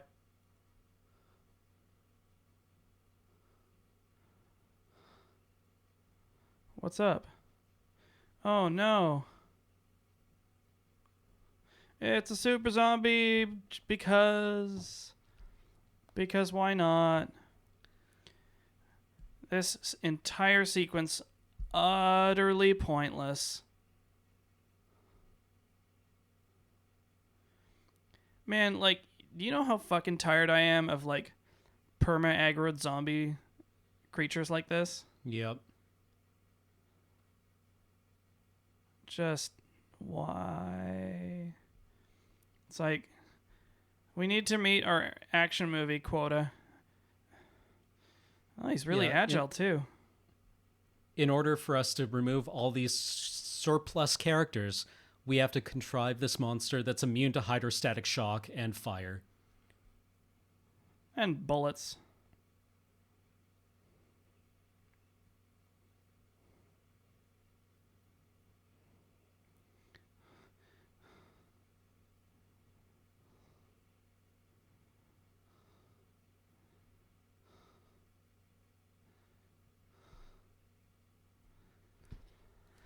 Oh, that's cleared out a good number of people. What is she sticking herself with over and over again, I wonder?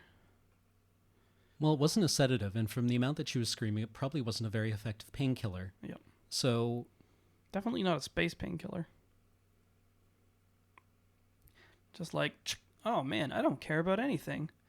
See, I'd like to see that in a movie. They just like, the main character shoots themselves up with something, and they just like stone cold don't give a fuck. Yeah, you like hard cut to a scene out of Pushing Daisies. Oh no, wow. the big reveal. David's literally washing his feet. And yeah, okay. So here's one of the thematic cores of the movie, right? You have this horrible lich-like undying or deathless but not ageless Methuselah in Wayland, right? Who's looking for the secret for eternal life because he doesn't want to die. He doesn't want to make the transformative redemptive sacrifice that we've seen rewarded in this movie. Yep. Right? You know, taking on the abdominally wounded, the abdominal wounds and the engineers that are redemptive and create life. No, this is supposed to be the ultimate selfish character. He's also going to go and demand immortality in person. Yeah. The engineer that they're going to just wake up right now. Yeah. They're going to go there in person, wake him up and be like, "Sup? Give me immortality." Yeah. Or just like, "Hello." Yeah. They're all going to go there in person right now. What's your point? Yeah. Fine. Fine.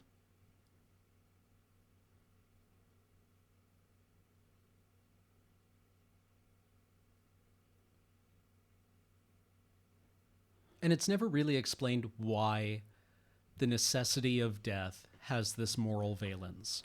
Why is it important that people die? It's important mythologically, right? Yeah. Like, at one point, Vickers will give this speech where she says, a king has his rule, then he dies. And yeah, that's a thing you can say. But why is it important? Mm-hmm. Give me a reason why it's important in the context of this movie, and not just because you read it in the Golden Bough. Yeah.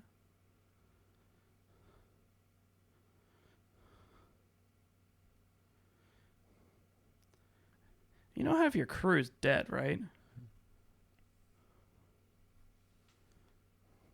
Without knowing what they are, which is why I'm going to be loaded into a robot power suit, and I'm going to go ask him myself, face to face, as is my tradition. And you're coming with me for some reason. We can't just imprison you here, or we'll just let you wander around and do whatever you please. I don't really care. Elbows. Sorry, it was just what that door said. Or give you a robe or anything you could wear. Remain naked. Ugh.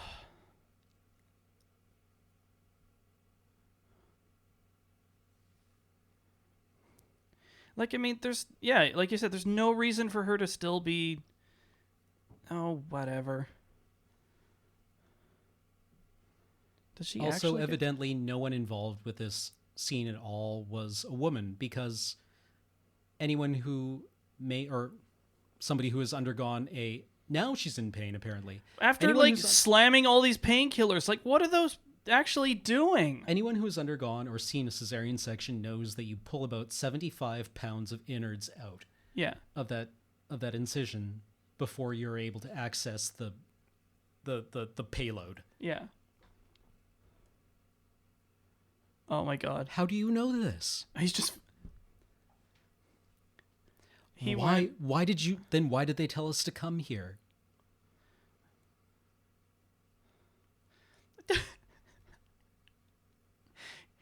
He just walked in from the hallway. Like, this is his last day on the job. He grabbed the script off a table and is actually... Like, this is a blooper. Yeah. He's actually just, like, yelling all the spoilers for the rest of the movie at the actress, and they had to make it work. How does his character know this? How does he infer this?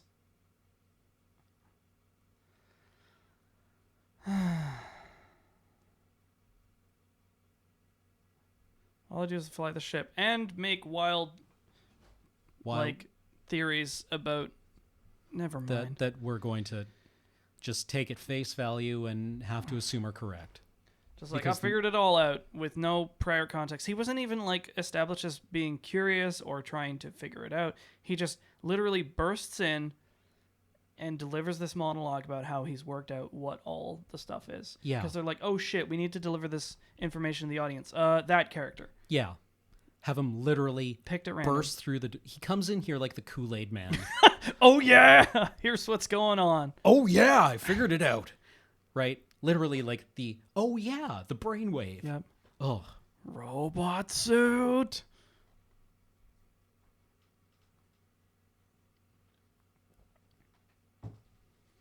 Oh, here comes another big spoiler. Are you ready for it, Cam? I This am. one blew my mind. My body is ready.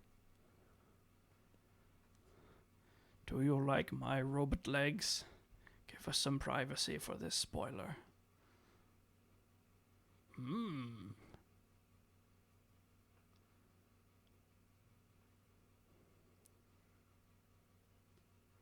I like how she at least warns him.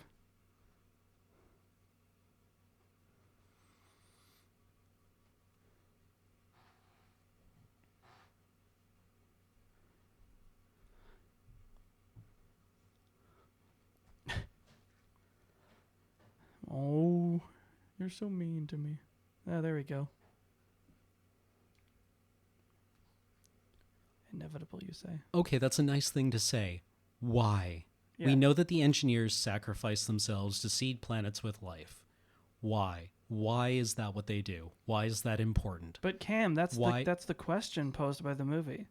Why is immortality evil? Yeah. Because it definitely posits it as evil. The way these characters are punished for even daring to ask the question, why are we here? Well, because it's obviously evil.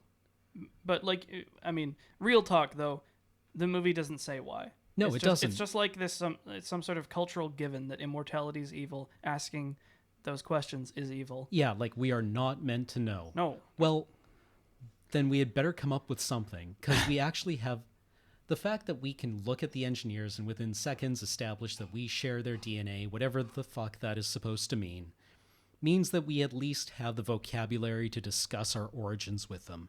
And if they created us, I don't see what's wrong with asking why.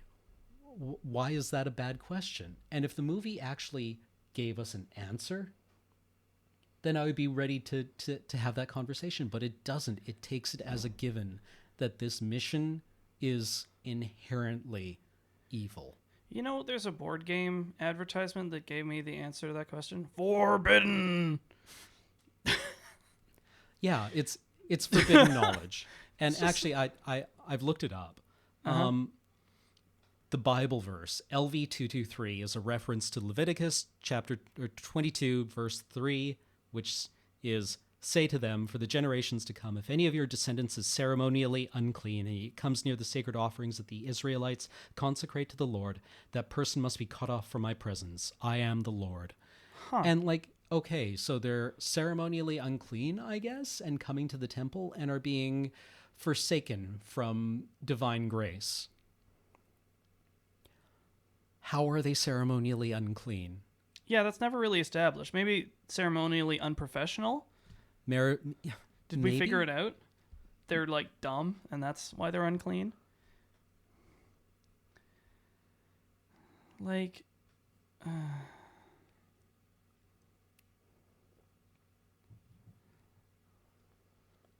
Okay, so the black goo creates life, or it recombines life in this is my understanding of it, and I'm actually relatively content with this interpretation. The black goo recombines life in new ways, yeah. in new, random, unpredictable ways.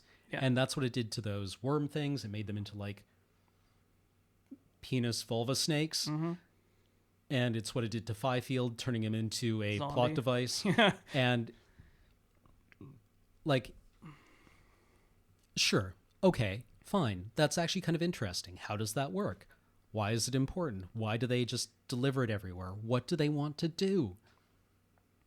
Why do you do this? See, here's the thing, Cam, is that, like, I was given to understand that, like, part of the purpose of this movie was to, like, have those questions and leave them unanswered intentionally, to be ambiguous. And that can work. But I actually think this movie doesn't literally have the answers to the questions that it refuses to actually explicitly. Yeah, it's actually just like pause we invented a question with no answer and left it unanswered, so you would think that we had some sort of like thing that we were concealing from you. No. When we don't. We either have no idea or just did a really shit job of implying what the actual answer is. I mean, they set the movie up for a sequel. I hope it never gets made. Well, maybe it'll be good. Maybe they'll figure it out. Yeah, maybe. Maybe there's actually something here and they just completely fumbled it. The sequel to Prometheus begins with her waking up and being like, what a crazy nightmare. And it's just like a really good aliens movie. Oh, maybe. I can dream, can't I? Like even the name of the ship, the Titan that steals fire from the gods, right? It's mythologically loaded. It's very simple, right? It's you go and you take the power of the gods and you distribute it to the innocent, and the consequences are the entirety of human experience. Yep. Right? And that's what they're coming here to do. They're coming here to take fire from the gods. Yeah. And fire here is the symbolic knowledge of good and evil, or whatever you want to call it. For Prometheus, it's actually like technology. Oh my god. But it's also the conceptual trappings of fire. Also just like... Look, but they that's not present here. Yeah. Like the abdominal wounds that Prometheus undergoes. Oh my god. Let's demand questions of this guy who just woke up after probably millennium. After eons, actually, maybe. Also,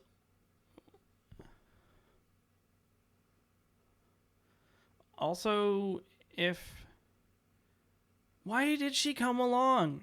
Why was she allowed to come along? Why the fuck is that character here? Derp?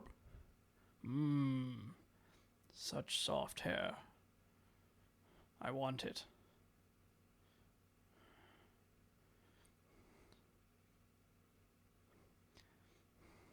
What is it with cyborgs in this series and having to be decapitated or in some other way eviscerated? Why is he doing like? Yeah, it's like, okay. Like in the Golden Bough interpretation, okay, you confront the creator with like this deathless, horrid figure and a golem, right? And there's no worse ambassador for mankind. Yeah. So of course it goes bonkers and like kills them all, these unworthy creatures who have dared to defile the temple. Yeah. And I don't care. Yeah. So just like David is not an abomination either. He just looks like a regular human. Yeah. I don't like, okay, fine. David is actually, as far as we can tell from this movie, evil because he poisons Holloway, right, as his first recourse. Mm-hmm. For, like... So, I guess that action is just so those, inexplicable. Were those the bad guys getting their comeuppance? I suppose. Am I supposed to feel some kind of catharsis there? Or are they, again, like I said earlier, maybe just satisfying the franchise obligation to eviscerate the android? This was also kind of annoying that they retcon the the space jockey to being one of these idiots, like in a suit. Because I always kind of liked Yeah. that in the first Alien movie, it's just like this weird creature that is maybe part of the chair. Mm-hmm. It's just a chair. It's like, God damn it. The helmet's just part of the chair.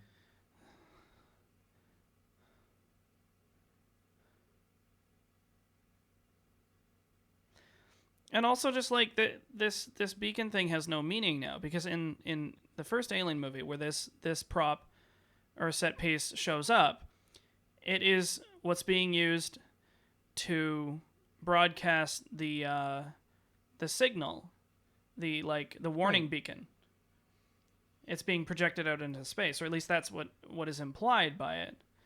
But in this movie, apparently it's just the controlling seat, because they had to reference that movie. Oh boy. Again, it's the missionary bypassing your defenses by using something familiar. Right? It's the salesman trick. Mm-hmm.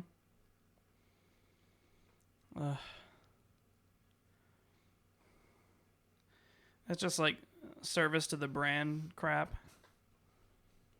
So it's like no matter whether or not this works in this narrative, we have to put it in because. Ow! How am I still alive?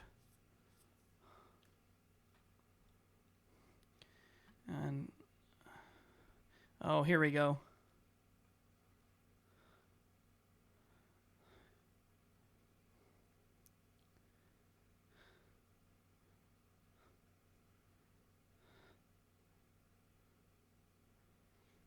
This is great. Okay, here we go.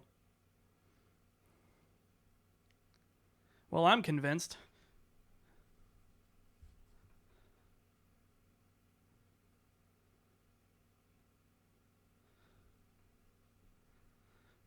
Well, I'm sold. Yep. And just like that, with like 2 sentences, she's like, set your life on fire. Well, I mean, you have to make the transformative sacrifice, right? You have to redeem mankind through sacrifice. But you need to set that up as a thing that could happen and have that character have motivation to... I absolutely agree with you. I know. I'm just... It's Prometheus. Kamikaze!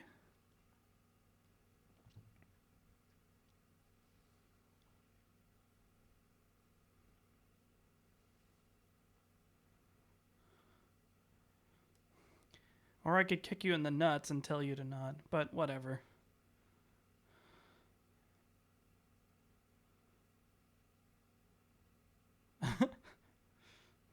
Haha, you are shit pilot. We are all in this together. Suddenly. Now, suddenly.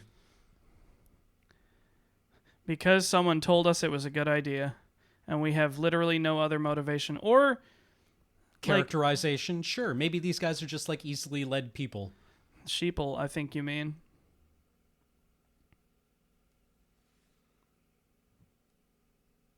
What's his bet? Oh, who cares? They seem unusually jocular. Never. You know what? All criticism fails at this point. I mean, what? Are we just beating a dead horse at this point? Probably. I mean, I feel as though it died about halfway through. And, yeah. But, I mean, I think we need to be thorough.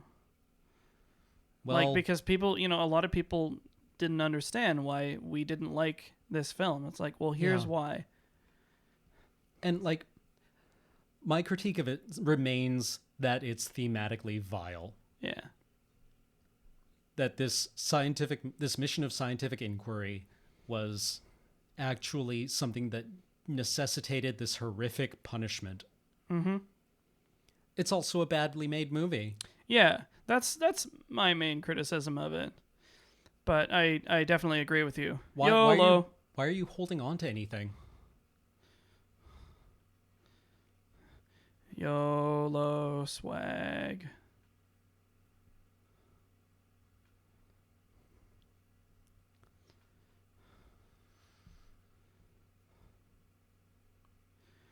This is the part where the rocket ship rams the giant ring. Oh, right. In this part where, Don't even worry about it. yeah, don't run I left. guess are we going to talk about how the engineer ship is actually a broken circle? Symbolism. But Has the cycle been broken of I didn't even think about that. I'm just more wrapped up in why this character refuses to run to the left or right. because she needs to die? And just flattening her with debris that's raining down all around would Would be not boring. work. Yeah, You are about to be crushed by symbolism. literally.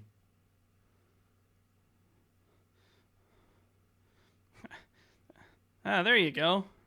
You figured it out. Oh, no! Not that. Anything but that.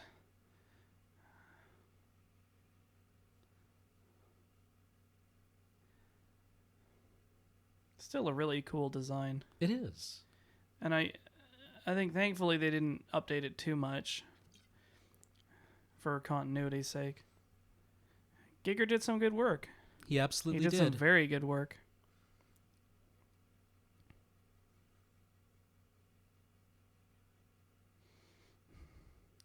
Was that a piano hit there?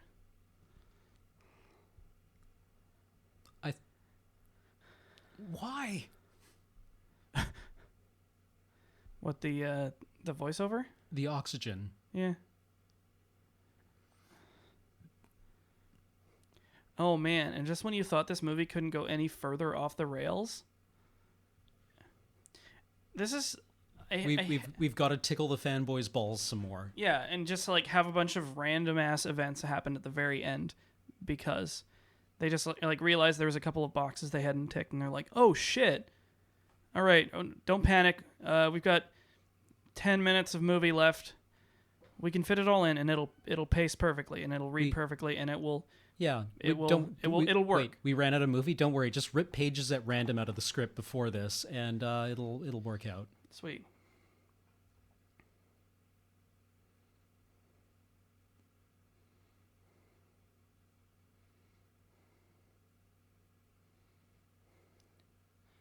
Limited capabilities.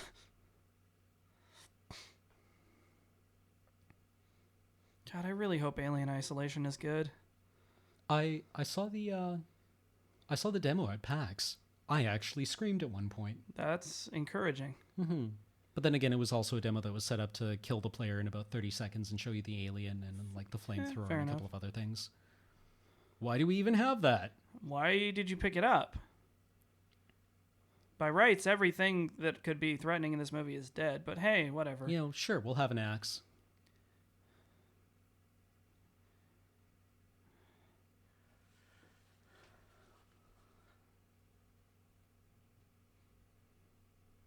A weird crooked axe. Space axe. Like... Oh, is she going back to the med bay? Yep. Why? Leave it closed!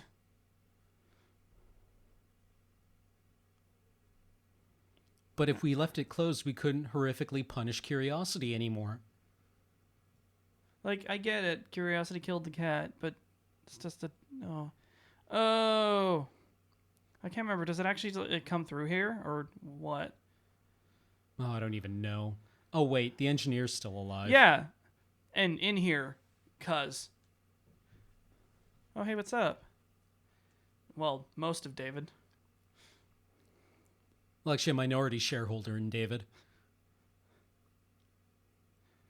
What? Like, why? Why has this monster chosen to come in here to, like... And now we get the payoff for that monster existing in the first place, which is as a contrivance to kill this other monster, which was in there as a contrivance. Like... Merg. Also, I am getting a little tired of these movie monsters that gain tons of mass out of nowhere. Yeah, like I don't know why I'm so eager Oh, to man. forgive that in Alien and Yeah. Aliens, Yeah. but I am. Yeah. But like, what did this thing eat? Yeah. Also, just like it's just not a good design. No. It's just like, oh, it's a generic tentacle monster Yeah. with a big scary ass mouth. It's just like, huh. Oh, that's ew. Ew. It's like these guys, whoever designed this, saw Alien and it was like, oh, I gotcha. You need to combine a penis and a vulva, and that's scary. Yeah. Okay, I got it. Mm-hmm.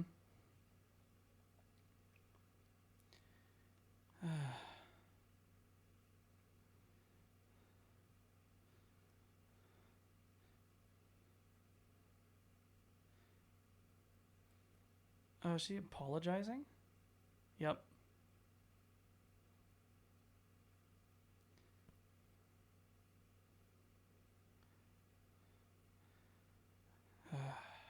Luckily, there's only 5 minutes left. Hi.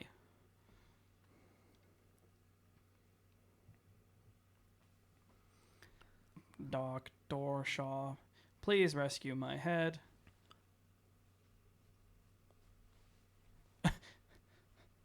There's a callback.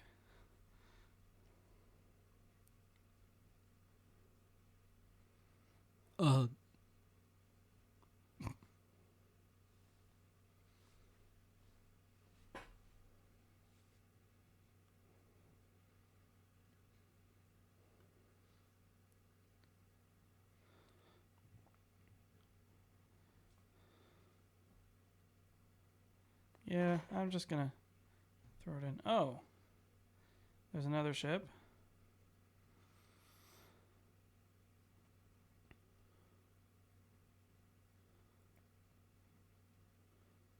What, with your tongue?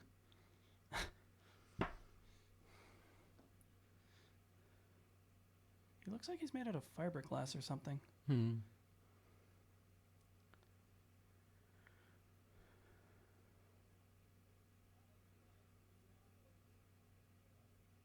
Hi. Like, the entire thing with this movie is that we are desperately need new mythologies for a humanity that has completely outpaced its own old mythologies. Yeah. And this movie is just like, nope, you have to stick with the old ones. Because if you don't stick with these 1,000-year-old moral and ethical ideas and frameworks, you'll get eaten by a squid monster or something. Yep. It's tradition, Cam. And it's How just many like atrocious things are justified by the cry of, it's tradition? Well, it's just this really regressive and fundamentally terrified philosophy. Yep. And we can't continue to look out into the universe with this kind of terror. Yeah, I see what you mean. It's just like we need like I'd like to see movies where like, you know, we explore space with, you know, excitement and find interesting things, or like we build robots that don't eventually kill us. You know, cuz it's like that's what every single one of these movies does, is it plays the same note. It's just like, don't do the thing, or it's like the don't play God storyline. Mm-hmm. Like every fucking movie Yeah. that involves that. It's just like, oh, you'll be punished if you play God because only God gets to do that. It's like, well, what if there is no God? What if we're here alone? What if there's only us? That sounds like heresy. Maybe we actually need the courage to address those questions honestly. Mm-hmm. A species that has nuclear weapons can't be this afraid of the things that it makes. Well, maybe it needs to be. Maybe we need to be more afraid of those kinds of technologies. But we Or can't respect them. Yeah. Well, exactly. Maybe we need to respect them instead of being afraid of them. Yeah. And use them responsibly. Mm-hmm. Or not at all. I mean, it's just like,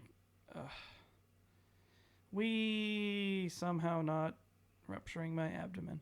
I love like the end of this movie, just like anime style, like blood geyser out of her abdomen. It's like as the critical finally registers. Yeah. Or it like just throughout the last final sequences of the movie, you just see like this water line of blood on the inside of her helmet moving up and up and up. Oh dear. Shwee. You'll never measure up to Ellen Ripley. Stop trying. Foosh. Oh my god, we did it. We made it through the entire thing. Oh, so, yeah. Oh, no, no, we didn't. wait. God damn it.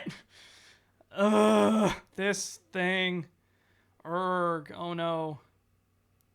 Okay. Here we and go. Can we just talk about this for a few minutes? We can. Where maybe, okay, what if the alien, if this is like all part of the same thing, and it is, and we have to deal with the fact that this fucking thing exists. So is the alien like a cul-de-sac? Is it a dead end where this thing stops evolving? And it's just like this evolutionary stop that is its own way kind of an abomination of the creative power of the black oil? Who knows? Like, what is this? What is this supposed to mean? It's yeah. like, I mean, this is just like, oh, by the way, this is an aliens movie. Yeah. Grr, I have teeth and no... Yeah, and oh, there's the thing that you kind of recognize, and it kind of has the same shape. And I'm like, But I we saw don't that... have to pay Giger for this one. Yeah, I just saw it and was like, so? Yeah, cool. Like, No, wait, what's the opposite of cool? uncool. Oh, shit, no, Giger did work on this. Okay, I'm glad that they paid him. Mm-hmm. So that's Prometheus. That's why we don't like it. Yeah. And I mean... We actually took 2 hours talking about why we don't like it, and we couldn't even get through the entire list. So yeah, and it's just like... take that in whatever sense you will. Based on elements created by Dan O'Bannon. I got excited for a second. I was like, Dan O'Bannon at home, just like using the dregs of Jodorowsky's DMT to try and pretend that this movie doesn't exist. Oh man, that was such a great story. That was such a weird story. We Where- keep saying this, but seriously, go see Jodorowsky's Dune. And you'll hear a story from Dan O'Bannon about how he totally doesn't know that Jodorowsky slipped him DMT. I don't think he ever grokked that.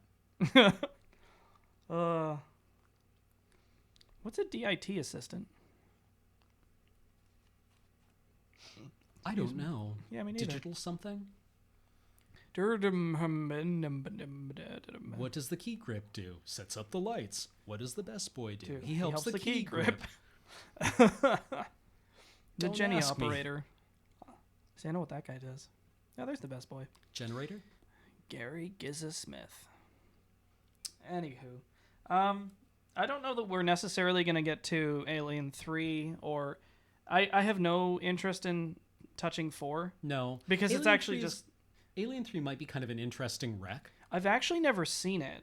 It's not a good movie, but it has some... Like, it's got great feel music like- and yeah. interesting sets. And But, I mean, a lot of really good actors. Okay, but I mean, like, we got tons of movies in the queue. Yeah. It's like we could be doing Blade Runner. Blade Runner is a big which deal. I watched again recently, and there are some troublesome elements that I never really That's clicked onto as it's a younger man. Yeah, it's been a long time since I saw it, and I was just like, oh yeah, that movie's kind of rapey. Yeah, not even kind of rape. There's Actually, just literally rapey. there's actually like a rape scene in that movie that it doesn't really comment on at all. Well, So that might be kind of a thing that we should talk about if we're going to continue enjoying that movie. it's a good movie, and it's an unbelievably influential movie. Absolutely. You know, it's just like, yeah. Yeah, but that was Prometheus, and Alex, release the hounds.